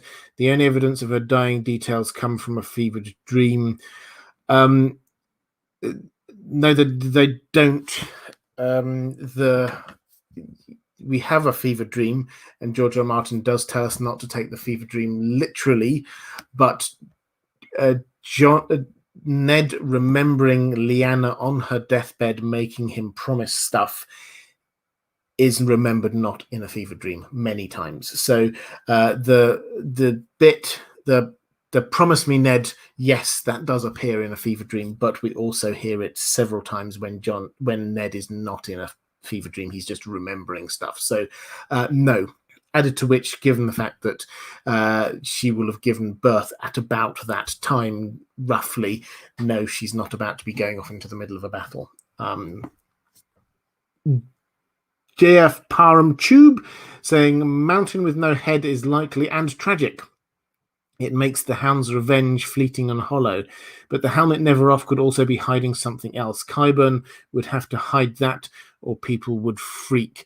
Yes, definitely he would have to hide it, because he wishes at the moment they're not wanting to create this idea that Cersei's got reanimated corpses around her. That would not be a thing that they're wanting just yet. It would make the Hound's revenge fleeting and hollow. My view, and has been for a while, is that Cleganebowl that was sort of built up for season 8, and then they went with it and the big fight, that's not how it's going to feel. I think that this is going to feel like a mercy killing. I think that the Hound's story arc is taking him not to a position where he is, and this is the case for a huge amount of this story with George R. Martin in lots of different places. It's not a matter of who's the best fighter. That's not where the catharsis, where the ending is going to come. We're not going to end up with the Hound getting his revenge because he's better at fighting than the Mountain now. That's not what it is. His point of peace at the end of all of this will be when he comes to terms with what happened to him, and he can kill his brother as a mercy killing, not as a revenge killing. That shows character growth rather than just he's exactly the same as when he started. Because if there's Cleganebowl and he's angry and then he just kills him, then the character does not develop, and that does not seem to have been what's happening. The character has been developing, and yes, he could take a step back, but it doesn't seem to be working for me. Just a big battle. That's not George R. Martin's George R. Martin's style. Andrew K, I think I picked up on the super chat about Melisandre awakening dragons from stone. I think I did that one earlier. Was that when I was on when the stream went down. Could you let me know? And if so, then I will give a very quick answer to that one again. The late escapist saying, has anyone already proposed the tinfoil theory that the Gravedigger is a whited version of Sandor, who was resurrected by the faith of the Seven after he succumbed to his wounds by the roadside? If this were the case, we could eventually get a white-on-white battle between the Clegane brothers. Wouldn't that be awesome? Quite possibly so. I said this is another way of going. I don't personally think. I think this is a figurative. This is a figurative coming back from the death for Sandor. I think he's experiencing some sort of spiritual rebirth, a grounding of where he is. I don't think he's actually a white. I don't think he. The elder brother is supposed to have healing powers, and that kind of makes sense. And he talks about his own experience about having been effectively left for dead and then washing up and starting again. And that is what he is talking about figuratively for the Gravedigger, for Sandor. So that is where I see that going. I don't think it's a literal coming back as a white. And Gabriel Farrell saying, am I the only one who really doesn't want Sandor on the Hound to come back in the books? I love the idea that the Gravedigger theory will never be confirmed. Just a wink and a nod, like it has been for the time between the books we're in now. Is that not his character arc done? He has found peace and no longer needs revenge on his brother. It feels like his journey is being unnecessarily elongated to bring him back like it was in the show. So I think for me, I do not want him to come back. I want him to find peace there. I want him to be happy there. I want him to find solace in physical labor that allows him to achieve some kind of spiritual peace and satisfaction. I would love that for him. I don't think that's how George R. R. Martin writes stories, though. That's not how it is. It works on the TV show. He came back. It's not going to happen exactly the same way, but there have been raids right across the Riverlands, and the Quiet Isle is surely going to happen at some point. And this is very George R. R. Martin, that you get the Hound. Sandor gets this chance to start again, to get this peace, and then he's just hauled out of it. He doesn't have a choice anymore. He cannot do that. Therefore, it's what next? Where does he go next? How does he actually do the real hard work? Because in a way, yes, as much as I'd love him to be just sort of there and being at peace with himself, he does, his own personal character arc does want more. It wants, it's one thing to be sort of in my heart, I have come to a peaceful place with what happened to me with my brother. He does need some sort of catharsis with his brother, I think, some sort of facing him again. That, I think, is a better ending. I don't think it's good for him, but I think George R. R. Martin puts his characters through the ringer, and I think that's very much like him. Sebastian Holden, the death of the Queen's dragon Syrax during the dance is said to have been caused by a huge shadow with a blade. It's very similar to Renly's death. Yeah, I'd have to have another look at that one. I don't know off the top of my head, but yeah, that's entirely possible.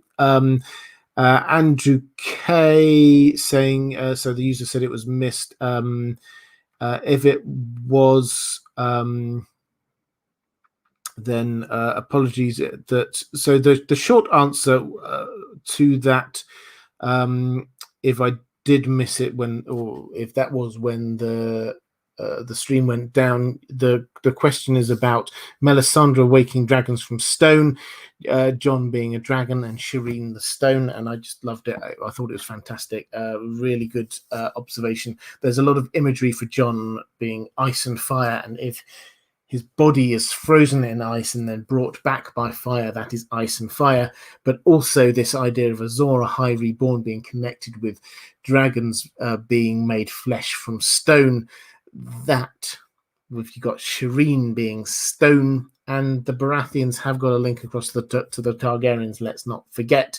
And then Jon being reborn through that, the imagery is wonderful. So yes, I really like that. It was an excellent thought.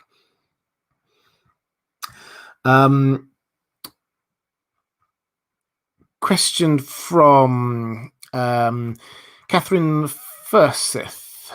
Saying, hi Robert, in different mythologies we have fire gods and winter or cold gods, and mythology and religions from different countries use and believe in the concept of resurrection, most famously Christianity.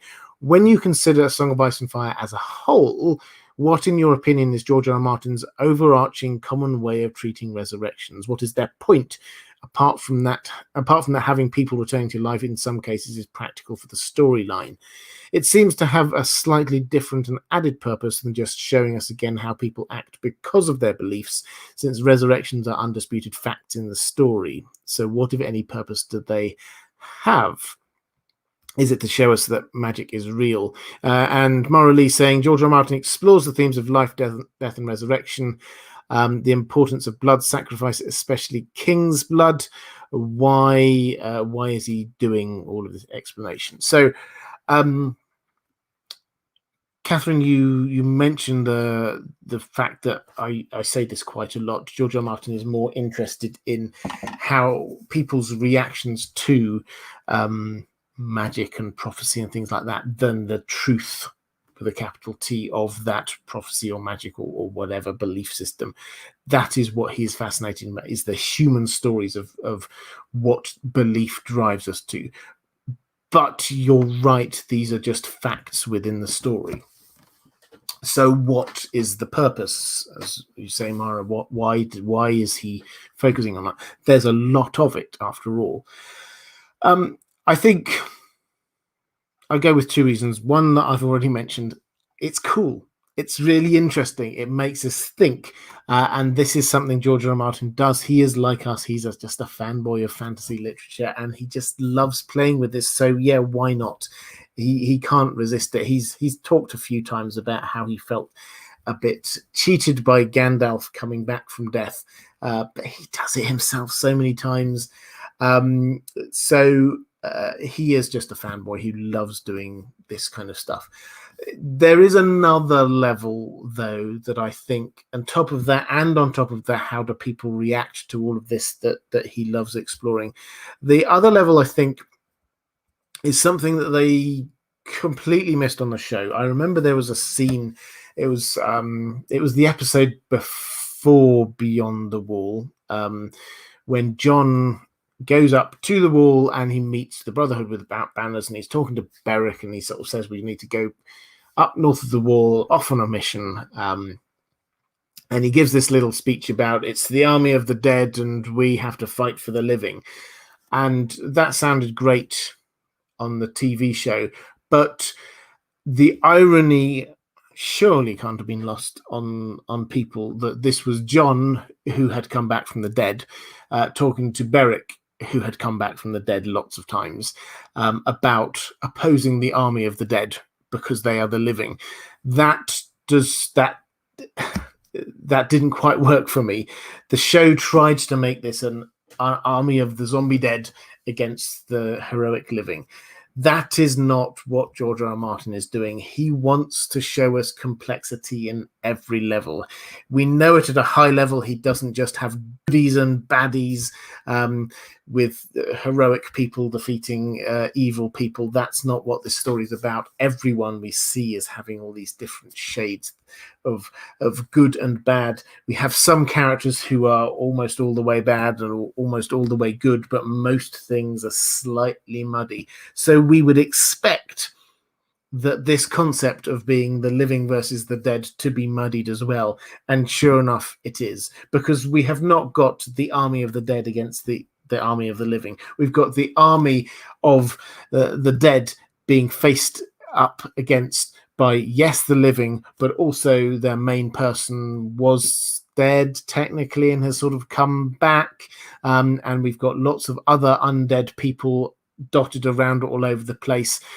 We've got Lady Stoneheart. We've got death as a concept is not just the bad guys. We're supposed to think of this as complicated. And this is George R. R. Martin, again, wanting us to muddy the waters. It's not just good guys versus bad guys. It's not just how do we get rid of the zombies. Mike Wayne saying, hi, Robert, another great topic for a live stream. Loving being a patron and would encourage everyone watching to sign up and show some love if they can, which is, thank you very much, gives me a chance to quickly segue into my regular thank you to my patrons. Patrons, thank you so much for your support. I hugely appreciate it. If you would like to support this channel and support what I do, the best way to do that is through Patreon. There's a link down in the description. And I'm sure if you're watching live somewhere, wherever the live chat is, there will be somebody dropping a link in there as well.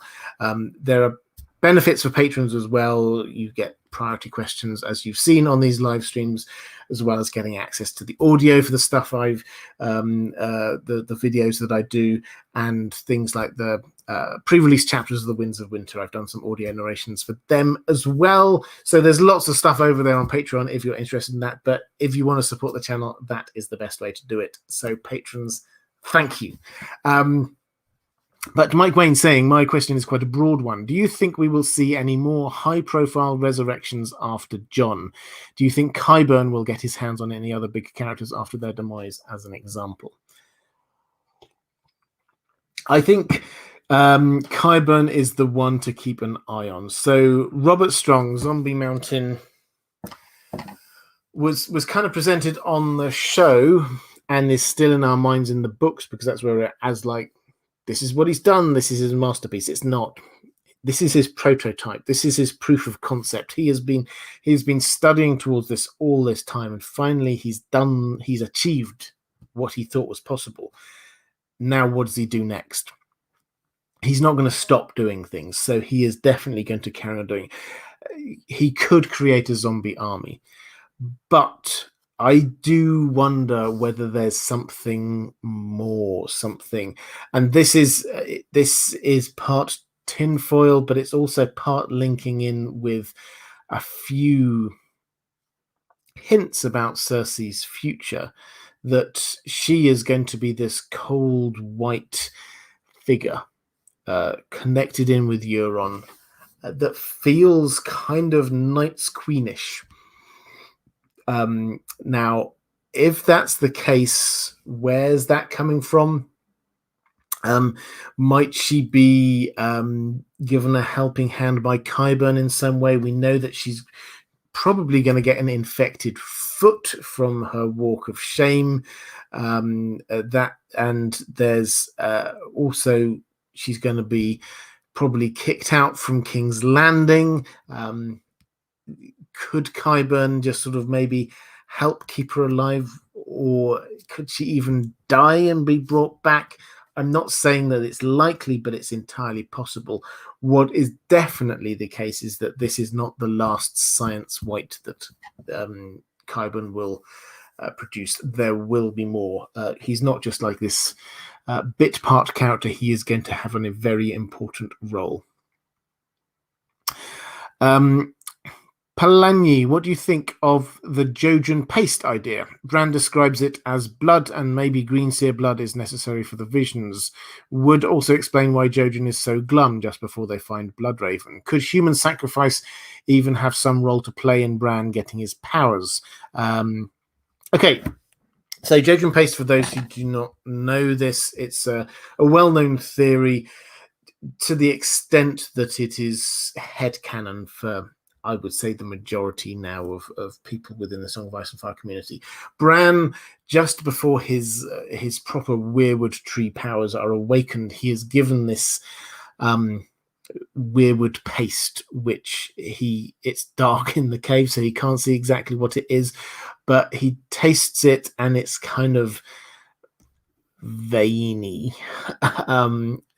and it tastes, from what he says, it does sound very similar to the kind of thing that Dany had at the House of the Undying. So there are various layers going on there. But the question is, where did this paste come from? it could just have come from the sap from the weirwood tree. That's entirely possible. We could have done, but Jojen has sort of disappeared from the narrative, and he definitely, the further north they got, the more it was like he was like, I'm not, this is my role taking you up here, it's not about me coming back. And he seemed to be getting more and more down and sort of introverted. Where's he gone? Is this his role? Is this made from Jojen, this paste? It's entirely possible, and does seem to fit with this idea that in order to awaken magic within Bran, there does have to be some sort of sacrifice. The Weirwoods, we should point out, all through their history have relied on human sacrifice. That is where they're at. Bran even saw one when he went back through the Weirwood Tree history, the Weirwood Tree in Winterfell, right back at the beginning point. The earliest memory he saw is somebody being sacrificed in front of the Weirwood Tree.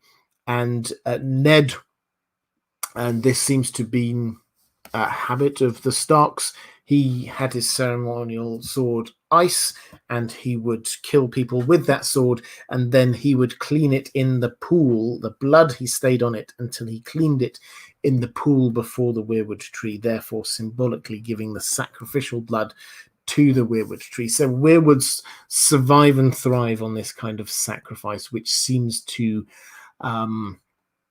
facilitate their magic in a way. We don't know the exact way, but in terms of Jojen paste, it makes sense. Maybe Jojen will appear magically in the Winds of Winter, and we'll go, oh, he's all right after all, but it doesn't look good for him. Chaos Ballerina, the second most popular theory about the Valonqar. The second most popular theory about the Valonqar posits that Qyburn brings back Tommen, who will then turn on Cersei. Thoughts on Tommen? Right, so Tommen, in the books he's still alive. It has to be said. I don't think he's going to survive for long. Now, obviously, we know how he died in the books and on the show. And on the show, we did have a discussion about what happens with his body, and Cersei basically says scatter his ashes over the Great Sept. So she's not giving them to Qyburn. So that didn't happen on the show. Doesn't mean it's not going to happen in the books. There are options for how Tommen could die in the books, and I think he will die. I think that the Maggie the Frog's prophecy does very clearly imply that he could die in a similar way. He could also die. The Martells are sending a couple of sand snakes up into King's Landing, and they hate the Lannisters, and at least one of them is very good with poisons. So it's entirely possible that he could die in a different way in the books, but I think he will die. The question is, would Cersei try to get Qyburn to bring him back? I don't think so. It's possible, but I don't think so. That doesn't seem to be what her mindset would be like. So the Valonqar link is that Valonqar is the High Valyrian word for little brother or little sibling. Now, Tommen is the little brother, the little sibling out of those three children, so maybe he's going to be the one who kills her. I don't know. The thing is that this is built on so many kind of like suppositions. Would Cersei give over the body of her dead child to Qyburn to do some weird experiments on to try and bring him back? I think that's open to question. If he did, would he then kill Cersei? I think that's very open to question as well. I think that everything we see suggests probably not. Why would he then turn on Cersei? I don't know. Because he hated what she did. If she does blow up the Great Sept, it's possible. We can't say it's not going to happen, but I don't think it's likely.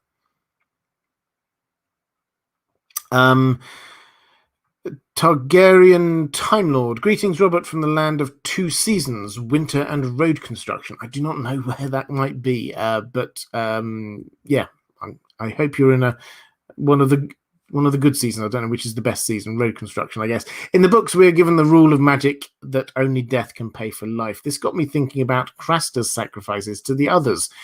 On the show, we see a baby boy taken and his cheek pricked by the Night King, turning his eyes blue and presumably otherizing him. But in the books, we aren't told much of what purpose the babies serve to the others. Also, in the absence of a son, Craster would offer up a sheep. And obviously, we've never seen the others walking around with icy sheep pells. It's a great image, though. Perhaps it is not directly the sons being converted to White Walkers, but rather the ritual use of the existing life force from each sacrifice used to animate more walkers, or maybe bolster the strength of those already in existence. Yes, so I think you sort of put nail on the head there. We don't have enough information in the books to be sure. Craster, it seems very clear, is just offering up sacrifices. He's not got some agreement. He from his side, he thinks he's worshipping the gods by handing over sacrifices to the cold gods. This is not just a thing that he's done. Other wildlings have done this in the past. We also obviously get in the Legend of the Night's King, children were handed over to the Night's Queen for sacrifice. So this is something which is there very much in the ethos of how this works. Are they being taken and turned into others? Possibly. We don't know. This adds in a whole extra kind of layer to it. It does fit on one level the feel that George R. R. Martin is going for, which with the others, which is not the feel that they went with on the show, which is that he wants the others to feel like the fairy folk from ancient sort of Celtic tales, ancient folklore in sort of Western Europe, that kind of idea. And in that, taking children and raising them in the land of fairy is very much what they did. And then they would sort of become part of that sort of ethereal, otherworldly creation. So that is the right sort of feel. That the idea that maybe they take these children away and raise them to become one of their own. That is right with the kind of the feel that George R. R. Martin is trying to have us. They're not just these kind of like ice monsters come to kill lots of humans. That's not what they're about. This is another form of life. And it should be otherworldly and beautiful and impossible to understand because it's so different. So that is the feel he's going for. In terms of what you're saying about whether they might just be a sacrifice to animate more walkers or whatever, yes, that's another option. And it's entirely that we shouldn't take, because they did that on the show, that implication that they're making these into new White Walkers. We shouldn't take that as being necessarily what's happened. In the books, they could, as you say, it could be a sacrifice, a literal sacrifice that is allowing them to do some sort of magic, which they need to do. So that is another option, not just taking the children for themselves, but in order to do some sort of magic. Sebastian Holden, if Lord Wyman dies, does this foreshadow trouble for House Manderley? His heir, Willis, is described as cowardly baby compared to his brother. Thoughts? So Wyman Manderley, I mean, he's too fat to sit a horse, but he's quite a good political operator, very strong. I think he will survive for a little while at least.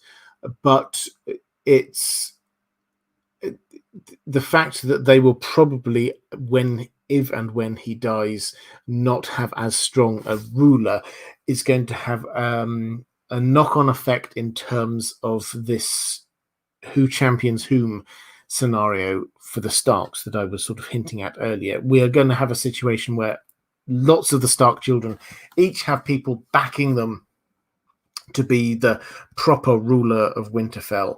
And whereas I don't think Rickon's long for this world, the Manderleys are the people behind him.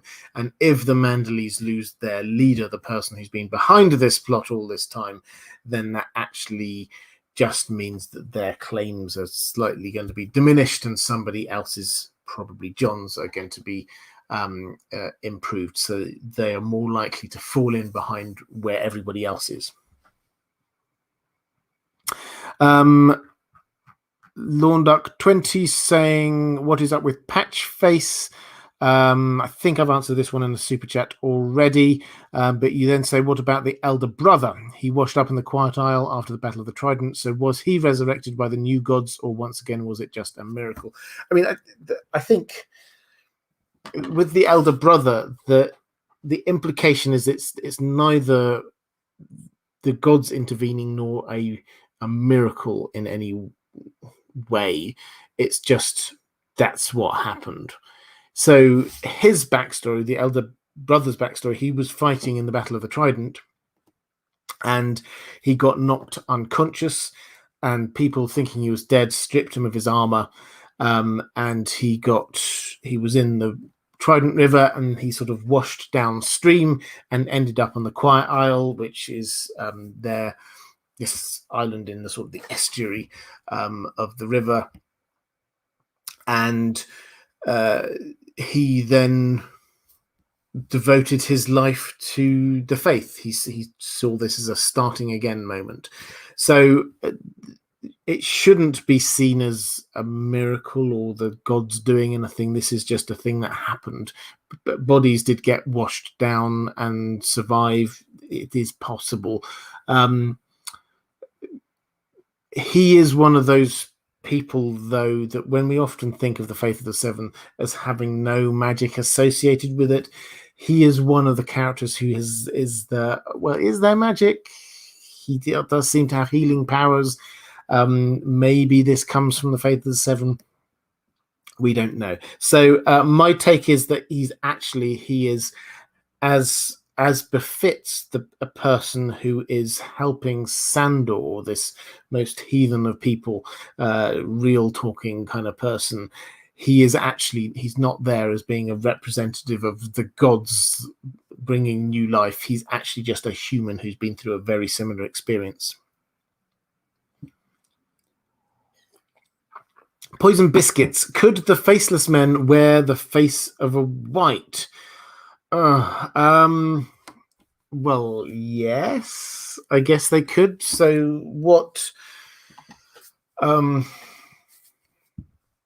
faces that they use, these are faces that and it's very gruesome, but you get somebody who goes into the House of Black and White, they drink the water, they drift off into the dreamless sleep, the body gets taken down the layers, and eventually the face gets sort of taken off and dried, and that can then be put onto someone else's face, and they assume the character of that person physically, and also seem to get some memories from that person as well. Could that happen with a white? Yeah, I don't see why not. Theoretically, if you get a white, it's just a matter of getting one that has been stopped in some way. So, and what I mean by that is that they get the faces of people because the people are dead. Whites are being controlled by the others, and the way to stop them is by burning them, basically. So you have to get hold of a face without it being burnt off. I mean, theoretically possible, but in reality, it's not going to happen.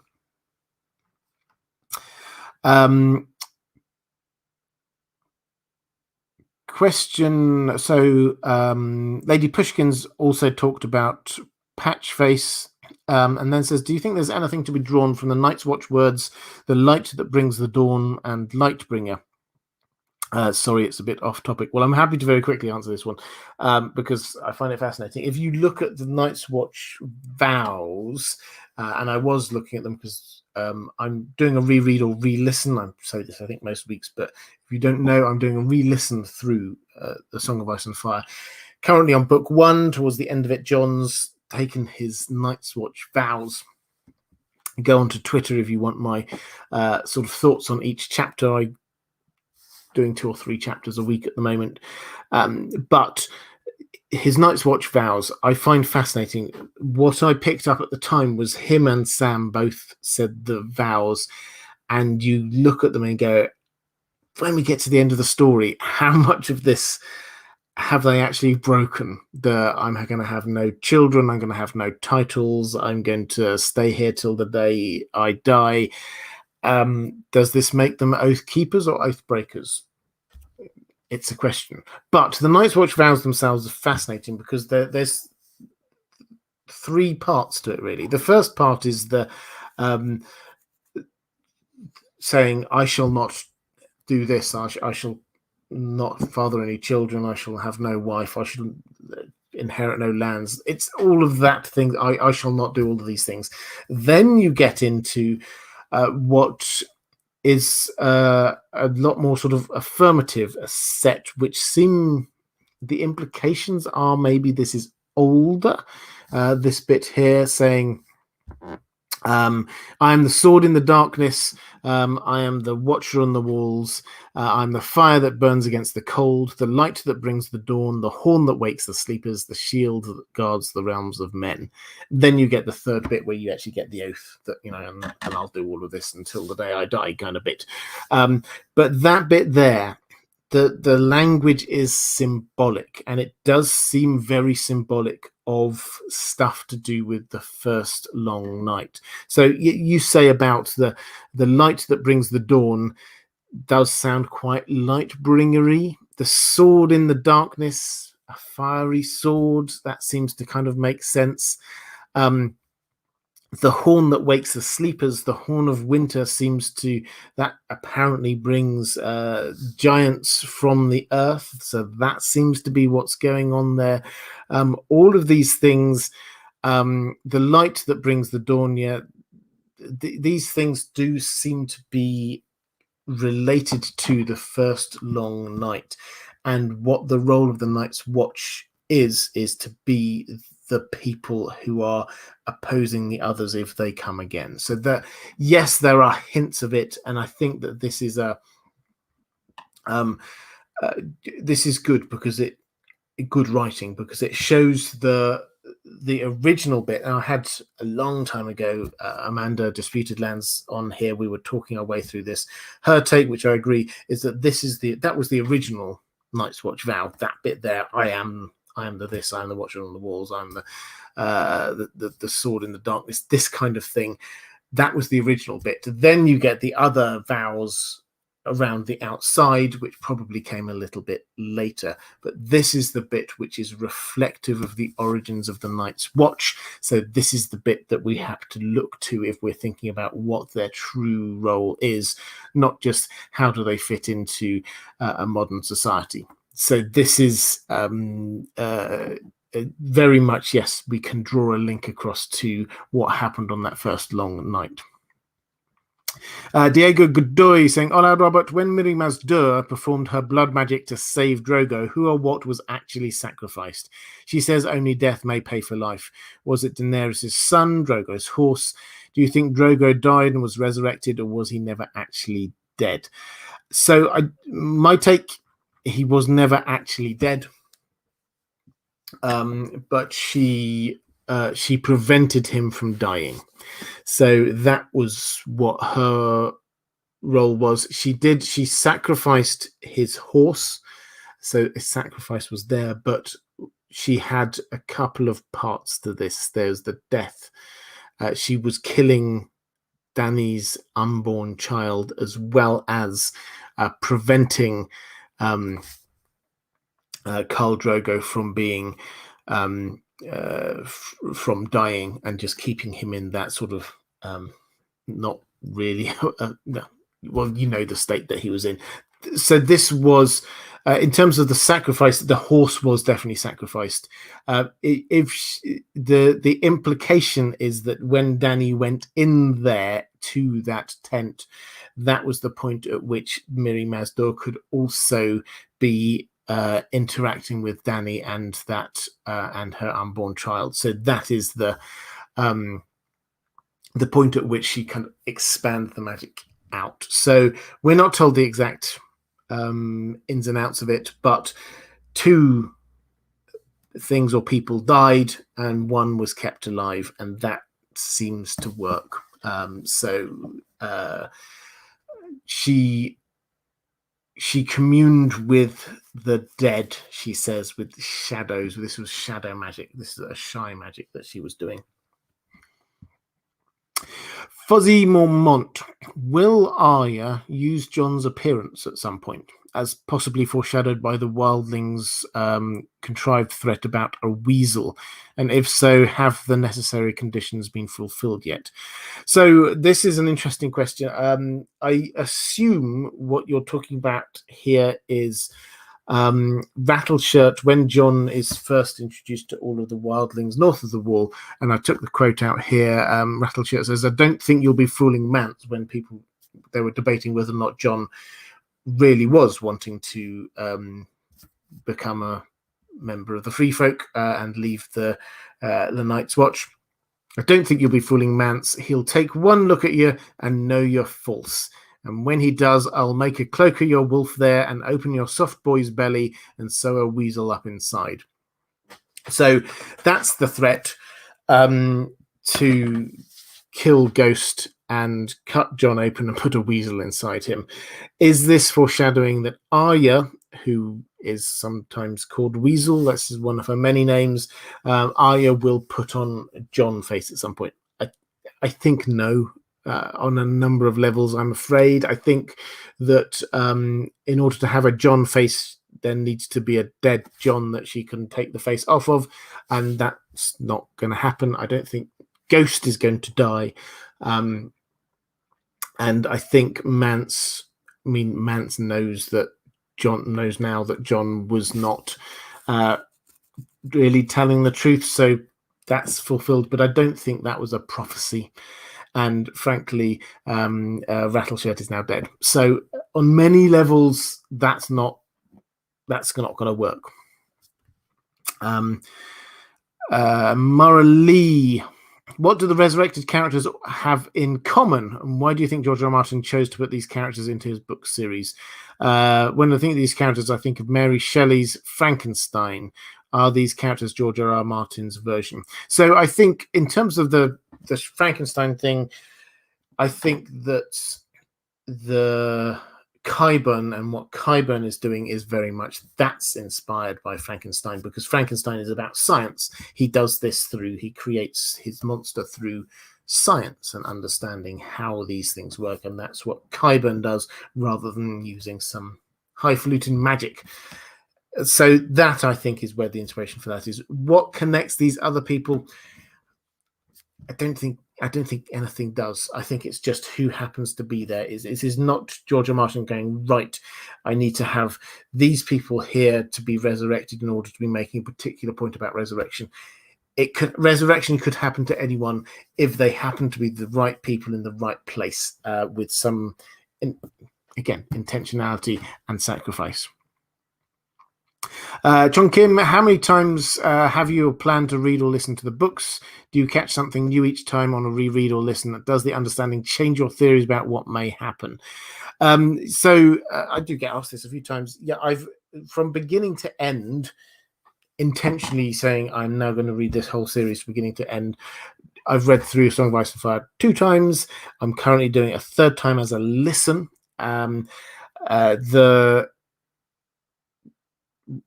What I would say is that there are some books, Game of Thrones book 1, I've read several times more, and the chapters within most of them, I have probably read all of the rest of it several times more as well, but just not beginning to end, but a chapter here and a chapter here. There, some chapters, the ones that have the most intriguing points, the most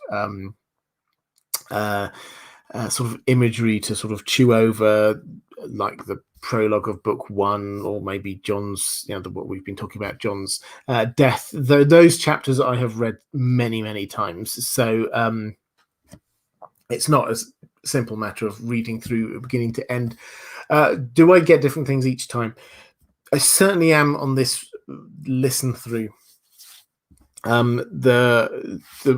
The fact that I'm listening to somebody else means that I pick up on things that they emphasize that I perhaps wouldn't have picked up on when I'm just reading it from a page. So the kinds of things I've picked up going through, Kat's intelligence I'd not picked up on to that extent before. That comes through. The link between Tyrion and Jon has come through a lot stronger for me on this read through. Some minor details, like in my head, Sansa had played an important role in betraying Ned beforehand, because before he got betrayed, because she went to Cersei and said, "How you'll never believe it. My father's going to take us away. What can you do to stop this?" When I listened to it this time, it actually two things become very apparent. Thing number one, it didn't make any difference. It was too late. The die was already cast by that point. It made no difference to Cersei. Already knew what Ned was going to be doing. It made absolutely no difference to anything. And secondly, this was Sansa had no idea what was going on. She was just a little girl at the time. She was 11. She did not understand. I don't think we can at all hold her to blame for this. It's very clear in that chapter that when everything happened and her father was betrayed and she was locked in a room, she didn't know what was happening. She didn't think that her father was plotting, doing anything. She didn't think that Cersei was doing anything. She was wondering whether some other random army had suddenly attacked the city. She simply hadn't got the foggiest idea what was going on. Who are these people? Were they defending them? What was going on? She did not know. She hadn't got the faintest idea what was happening, because she was 11. So that's the kind of thing that I get from sort of going through something again and actually trying to look at a more granular level. This time I'm very much trying to take it chapter by chapter. One thing I would encourage you to do when looking at the books of a song within A Song of Ice and Fire, George R. R. Martin doesn't just write a whole book and have arcs going through a book. He writes chapter by chapter. Every chapter has got its own arc. Every chapter is written like a short story. There is some theme which gets to some conclusion by the end of it, or you get some problem that has to be resolved, or you get some issue that you finally discover what's going on.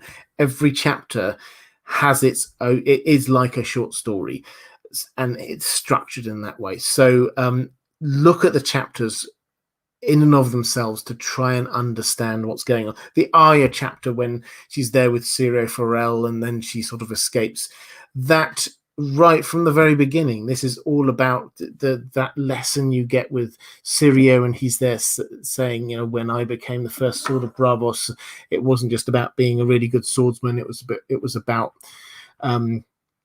understanding what's really going on, not just what people say is going on. He tells the story about the cat, if you know the story about the cat. And then after that, you suddenly get the Meryn Trant coming in, and she's saying, "Oh, your father wants you to come with me." And then Syria's, "Aha, that's not what's really going on here, is it?"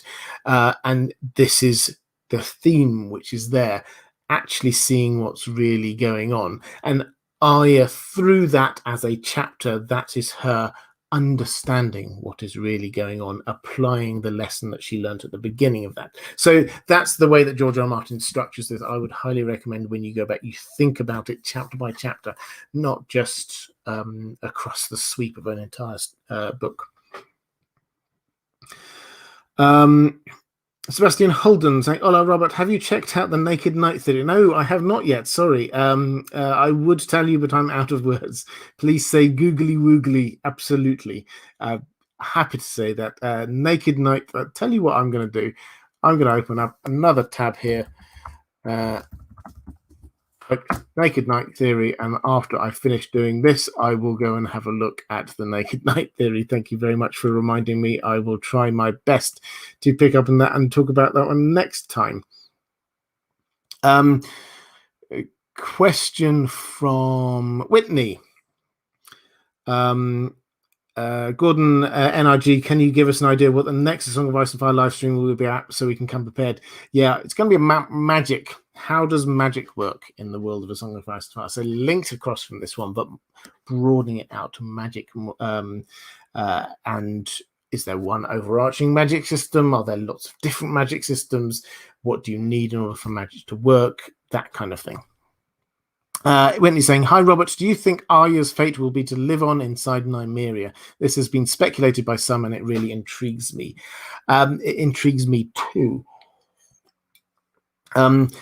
In fact, one of my first videos I did it was about Arya and what is Arya's fate going to be, and I did come to the conclusion that this was what I thought that she was going to happen. I think I've sort of worked my way around from that a bit to say that that's not necessarily how it's going to happen, but because it really depends with Arya on where you see her character arc going. Now, where my mindset was that Arya was going down this, she's going down a dark path.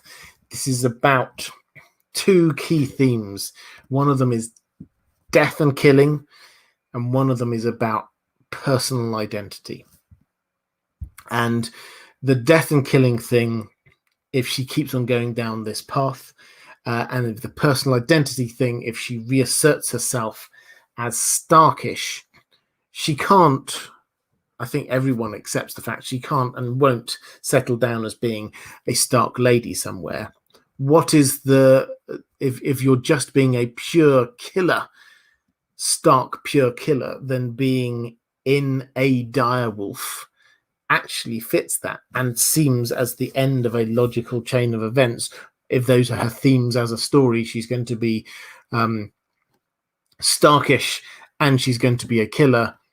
Being a direwolf seems to fit, and she does have a very strong link across with Nymeria. So I did definitely used to think that, and I still think that is a possible end to her story. But the other way this could go, and this is one of the ways over the course of the last 5 years of thinking, I would say, of character arcs, is I no longer think that just because a character arc has been carrying on in one direction, it's necessarily going to end at that point. Character arcs, and George R. Martin has said this on several occasions, they can falter, they can go back down, or they can take a turn and go better. So we have with Arya, we have a decision point. Does she follow this down? I think her reclaiming Starkish identity, that bit I think is clear. Does she follow down this killer death route all the way? or does she stop? Does she pull herself back? She's still got the skills, still got the abilities, but she's not going to go down that route. Now, what happened on the TV show I found fascinating, and it was something that because they almost did it really well, and in season 8 with Arya, and I think a huge amount of people completely missed what they were trying to do with her story there. So she was being this killer. She was wanting to finish off her kill list. She went down with the Hound to King's Landing, and then the Hound has this chat with her and says, "Do you want to end up like me, kids? No, you don't. I'm just here for vengeance and death and murder. You've got a chance now. You can take a step back. You don't have to be this person." And she accepts it, and she decides she's not going to be this person. And then what happened after that is we see her go back, give up the chance of killing Cersei and whoever else was left on her list. She goes out into King's Landing, helps some people, some women and children who are cowering, hiding away from Drogon, doing all the damage. And then she has this kind of like near-death moment where she sort of like gets almost covered in rubble and emerges all in white, and then you get the white horse appears in front of her, and she clambers onto it and she rides out of King's Landing. Now, a lot of people were like, what? Why was there a white horse there? What was going on? I think this was them, and this is why I say they almost got it really, really right. I think this was them trying to show in a metaphorical way that this is her choosing a different and better way from the route that she had been going on. She had decided on advice from Sandor, no, I'm not going to pursue that down. I am going to go out and try and be a different person. And the white horse and the being covered in white and being sort of figuratively reborn from the rubble is her having this new start. So that, I think, was what they were trying to show. That opens up the possibility. Doesn't mean it's what's going to happen definitely in the books. It certainly won't happen, I think, in that way. But it opens up the possibility that Arya doesn't go down that first route that I talked about, but she does stop and turn off. She does reach the point where she goes, I do not wish to be this person who's just about death and vengeance. And I wonder whether in the books it's not Sandor who like just turns around and gives her a minute-long pep talk that makes her change her life and go, okay, you know what, maybe I won't do that. Maybe it's seeing Lady Stoneheart, her mother, and all that is left of her mother is about vengeance and death. And maybe that is what makes her go, no, I don't want to be that person, because that is the person I would be. So that it makes me wonder whether or not that might be her eventual end. But the ending being walking inside Nymeria is a definite possibility. As I say, I mean, I've kept the video up because I think it's still a very clear possibility as for how her character story ends, if her arc just keeps going in the way it's going at the moment. Green Dragon saying Arya will join Brotherhood without banners and Lady Stoneheart along with the Wolf Super PAC to kill the Freys and Lannisters. Yeah, I think certainly there's a lot of Freys and Lannisters in the Riverlands to be cleared out. So Robert Ross, hello Robert, does the phrase what is dead may never die but rises harder and stronger refer to something greater than drowned god baptisms? Does it imply a tradition of actual resurrection? Is this foreshadowing Theon's character arc? I don't think it's foreshadowing Theon dying and being resurrected in a literal sense, although his character arc obviously is him dying as a person and then rebuilding himself back up as Theon. So Theon died, became Reek, and then he's going to be reborn, and it is almost in the process of about to be being reborn as Theon.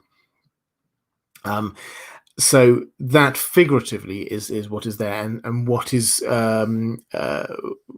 rising harder and stronger. He is going to be a better person as a result on the other side of this. So yes, there's an element of that going on. Is this about something deeper? I do wonder whether it's a kind of a reference to the Ironborn. I think are first men who escaped. This is just sort of tinfoily, but it makes sense. Escaped the long night by going across to the Iron Islands. And that's where they settle themselves down. So what is dead may never die seems to be a sort of an echo of they've seen the undead, they've seen the dead being risen. So could they get? It makes sense that they, in their religion, echo what they have seen from elsewhere. It's not them sort of worshipping the others or anything like that, but it's an echo of what they've seen and what they've experienced and what they've escaped from. At some point, I should work that up into a proper theory, but that's a sort of the outline of what it is. And obviously, being surrounded by the sea, that is what shapes them, and that is the focus of their religion. Kendra Summers, the Dance with Dragons prologue gives us insight into life, death, and the second life of wargs, with a lot of foreshadowing into Jon's second life inside Ghost. Then a few chapters later is Bran 2. What are your thoughts on its foreshadowing of Hodor's death? Will we see Bran walked into Hodor to hold the door, only to have Bran witness Hodor's death from within him? And this is the quote. And suddenly he was not Bran, the broken boy crawling through the snow. Suddenly he was Hodor. Then he saw himself sprawled face down in the snow. Summer was trying to drive the thing away from him. What will happen if it kills me? The boy wondered. Will I be Hodor for good or all? Will I go back into Summer's skin, or will I just be dead? So this is this is really, as I say, it's really interesting because this shows Bran, like the other Starks, he doesn't know. He doesn't understand anything about warging, skin changing. He just does not get it. So what he does is breaking. So the Varamir Sixskins thing, when we sort of learn about a lot of the laws of being skin changers, Bran breaks a lot of those laws. He certainly seems to be going into another human who doesn't want him there. There are hints, possibilities that maybe he goes hunting as Summer. Does he eat some human flesh? That will be definitely against the law. He doesn't seem to know or think about these things. So that is a lot of what's going on there. Is just showing us that Bran does not understand how this works, and that is important because what is going to happen with Hodor, I think, isn't him deliberately doing that. This is him just instinctively wanting Hodor to hold the door, and being in the past and present at the same time, and being inside Hodor, and it just getting too complicated, and he doesn't know what to do. He just knows that he has to imprint this thought, hold the door. And that, I think, is where we're getting to with this, is that Bran simply does not know or understand. He's got all of the power, but not any of the control yet. The control will come much later. But is he going to see Hodor dying from within Hodor? That's quite a chilling prospect, because we will see this from Bran's perspective. This will be from Bran's perspective. Will he be inside Hodor? Possibly. We've also had a bit of foreshadowing that the last chapter we have when he goes into the weirwood trees and goes back through time. I mentioned it a bit earlier in this stream when he sees the person being sacrificed before the weirwood tree. That is a character we do not know, but the hint is that this is a character, a Brandon Stark. And so we actually get deliberately vague language from George R. R. Martin who's saying, and Bran could feel the taste of blood in his mouth when this person gets killed. Is it that Bran can feel within that person's mouth, or is it in his mouth? Is he experiencing this in some way himself? That seems to be hinting at him experiencing, or foreshadowing perhaps, him experiencing the death of somebody that he can see and experience, to feel what's going on with them. So there's a lot going on there. I think the main lesson which we're trying to take should be taken is that Bran simply does not know what he is doing. Why would he? He's not been taught. He's still a young child. Now we've got one more question from my patrons. So now is the time. If you've got any more questions, to drop them into the chat. I'll try and pick up as many questions as I possibly can. Bitter Steel talking about holding the door is too good not to have come from George R. R. Martin himself. The script writers didn't come up with that. Yeah, so he's confirmed this. This is hold the door is one of the things that comes from him, but it will be slightly different in the books. What he said is that it's not Hodor literally holding a door. It's him with a sword holding the doorway, holding back enemies coming towards them. So that's what the sort of the difference is. But yes, this is definitely from George R. R. Martin. Mara Lee's question saying, in the book series, George R. R. Martin introduced us to two special houses, House of the Undying and House of Black and White. What do they have in common, and what would be their main differences? So what they have in common is both are quite obsessed with death.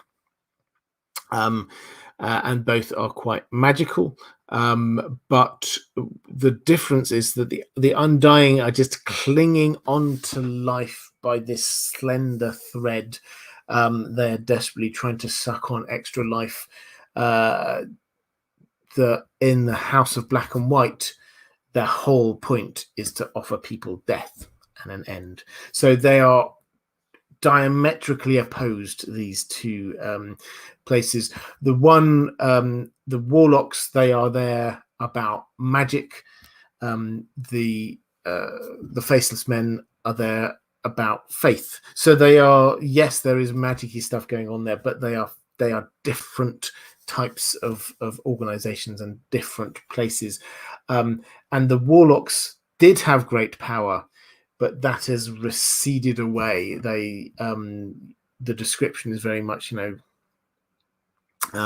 slates falling off of the roof and things like that. This is them as a diminishing power, whereas the House of Black and White and the Faceless Men, yes, it sort of makes people sort of scared and all the rest of it. That's because it is still important and still has a central role in Braavos. So they are they have central roles. Both of them do have central roles. Pri does have a central role in the politics of Karth, as the Faceless Men do within the politics of Braavos, but they are very, very different types of organizations and buildings. Eminent Fox saying, one last try. Sorry, I often find it hard to pick up on questions in the chat when they're going through quick. Interspecies breeding. Targaryens are obsessed with it, and their women lay with the others in the long night to sire terrible half-human children. Thoughts? So, I mean, I don't know with the exact quote, but the Targaryens are much later than the long night, but in terms of siring half humans, the point about the Targaryens is that they are almost certainly literally part dragon. They've got a little bit of dragon DNA in them, which is why every now and then you get a child born with some draconic features to them. Is this a reaction in some way to the long night? I mean, we went a few weeks ago, we were looking all about the areas of Valyria and the ancient civilizations, and roughly came to the idea that the Valyrians did inherit some knowledge and magic and traditions from the cultures that were around at the time of the Long Night, but they were independent and in many ways built on stuff to make things better, particularly with their dragon lore. They were perfecting it. So there are echoes, but I don't think that this was a deliberate link between them. Lyle Hammock saying, I got a sense that the Song of Ice and Fire is about the melody of life and death, decay and rebirth, and we're all a part of it, and how we view our place in it is one of the most important things. And when are we getting a Lord of the Rings stream? Okay, so in the first bit, yes, there. I think life and death, decay and rebirth, all part of it, and how we view our places in it is one of the most important things. Yeah, I agree. George R. Martin does. There's a lot of death in A Song of Ice and Fire, and accepting that death is a part of life is a definite part of this.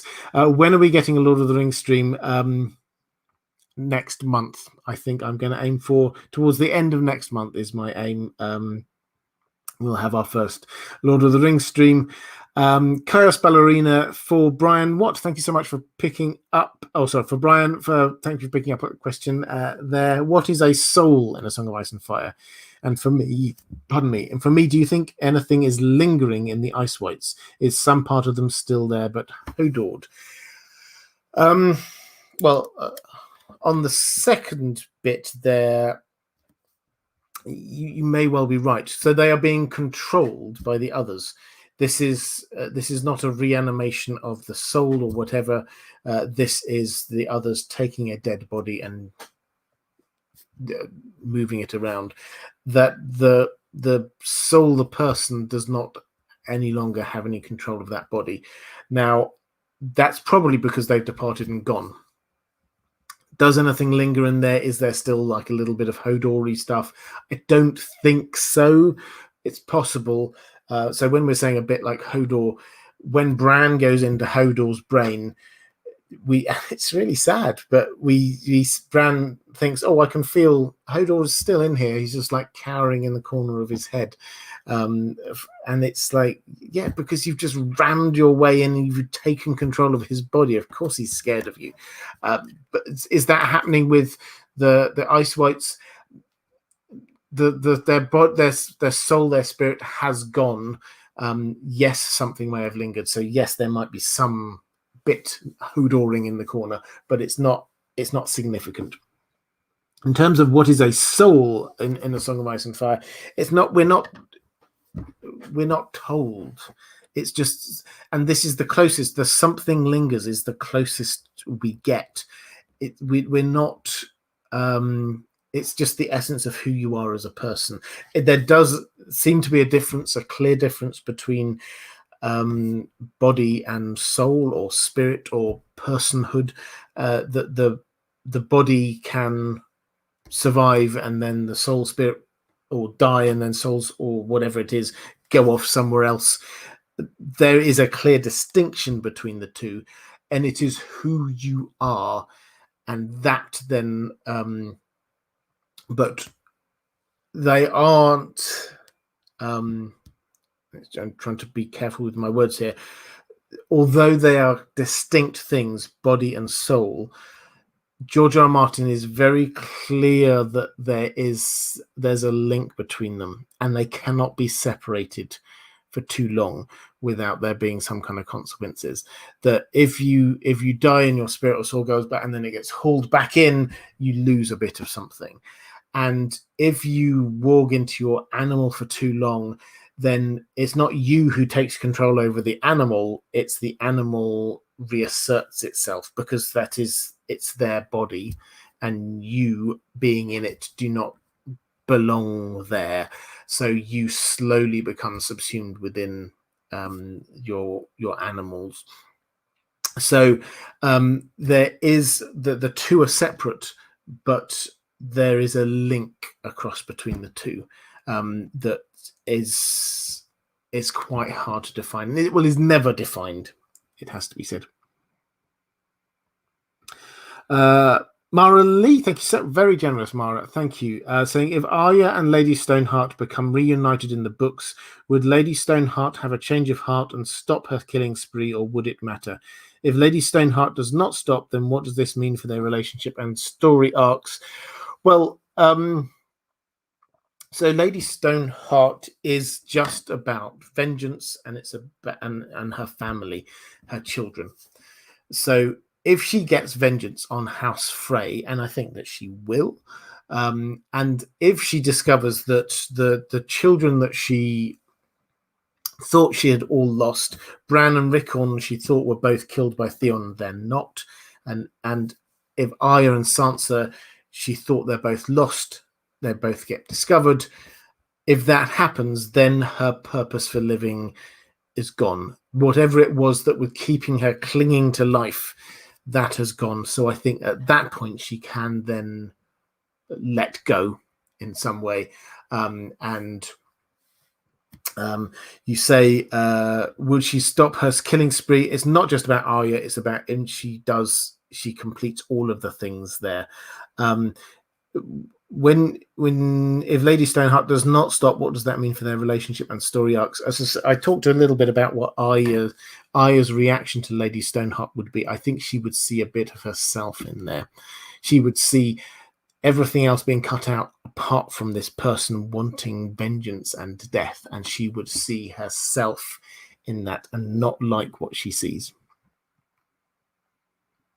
In Fire and Blood, a dragon fire during a battle is described as so bright and hot it was like a second rising sun. This is like Hardhome. I think you are spot on. Thank you very much. So dragon fire is well, from a mature dragon. I think that is particularly that is very, very hot. In terms of Hardhome, this was something a few weeks ago I talked about. There was hundreds of years ago in Hardhome, something happened. We don't know what happened, but it was burned, charred. Everything was burned to the ground. Lots of people died. You could see the fires from the wall hundreds of miles away. It was horrific, whatever it was. I said that the theory that I liked the best on that, I don't think we're ever going to get full confirmation of this, was that this was the Targaryens, the Valyrians hunting for Braavos. So there's a lot more. You can go back and have a look at it if you want, but there's a lot more build up to this. But they were hunting for Braavos, and they found Hardhome instead and wondered whether that might be it and burnt it to the ground. That would be my working theory. Explains the burnt stuff, why that might be the case, why people are given there the free folk, and that is definitely how Braavos would have been describing themselves, slightly different language. But yeah, so I think it's possible. Reginald Short saying, I think Hardhome burning was due to a volcanic eruption, possibly, although we haven't got any evidence of volcanic activity under there.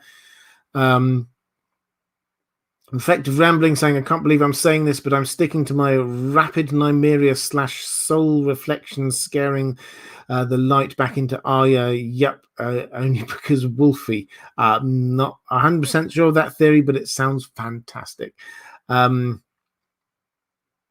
Agreed Weirwood saying, I wonder if the tunnels and caves are volcanic tubes, mayhaps. So yeah, in Hardhome, there is like this cliff face with lots of caves in it and tunnels and things. Could they be volcanic? I guess they could, but we've not heard that when we get the descriptions of it, that there's any kind of volcanic stuff there.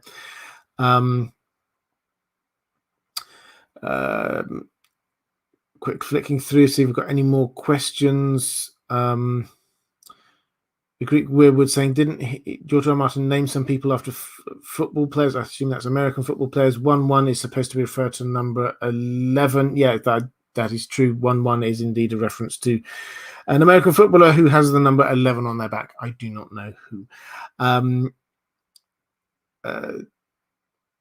So Carl Bradley says, put yourself in George R. R. Martin's shoes. He makes Starks millennia old and important, but writes countless extra stories on Targaryens. Which family does he envision as more important in the story? So one of the other things I noticed when rereading the books, I was asked this earlier in the stream, quite how at the beginning of this story, quite how Stark heavy this is. If you look at the POV chapters, yes, you get some Daenerys chapters, yes, you get some Tyrion chapters, but everyone else is Team Stark. You hear about this is whether they're Ned, Catelyn, Jon, Arya, Sansa. This is we're getting Team Stark all the time, and it's 75-80% of the story is told through their eyes. We are started out on this story from their perspective. We're being made to be sympathetic to the Starks from the beginning. And yes, in terms of who is more important, in terms of ice, the Starks, absolutely 100%. But this is a song of ice and fire. It is the story of two forces that could equally destroy Westeros, ice or fire. Both of them are going to be coming in, attacking Westeros from both sides. And how does humanity adapt to that? How does humanity react to it? Marilee saying, for Lady Stoneheart then to stop her killing spree, does this mean that she would have to know that all of her children were alive other than Robb? Yeah. I mean, I think logically, she's about vengeance, and her vengeance is about she's going to try and kill all of the Freys that she can, and that will be vengeance for Robb then and the Lannisters. But if she discovers that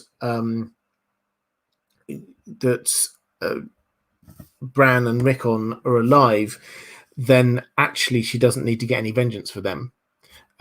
If Arya and Sansa are discovered, then she knows that they're safe as well. That's the point at which her soul could rest.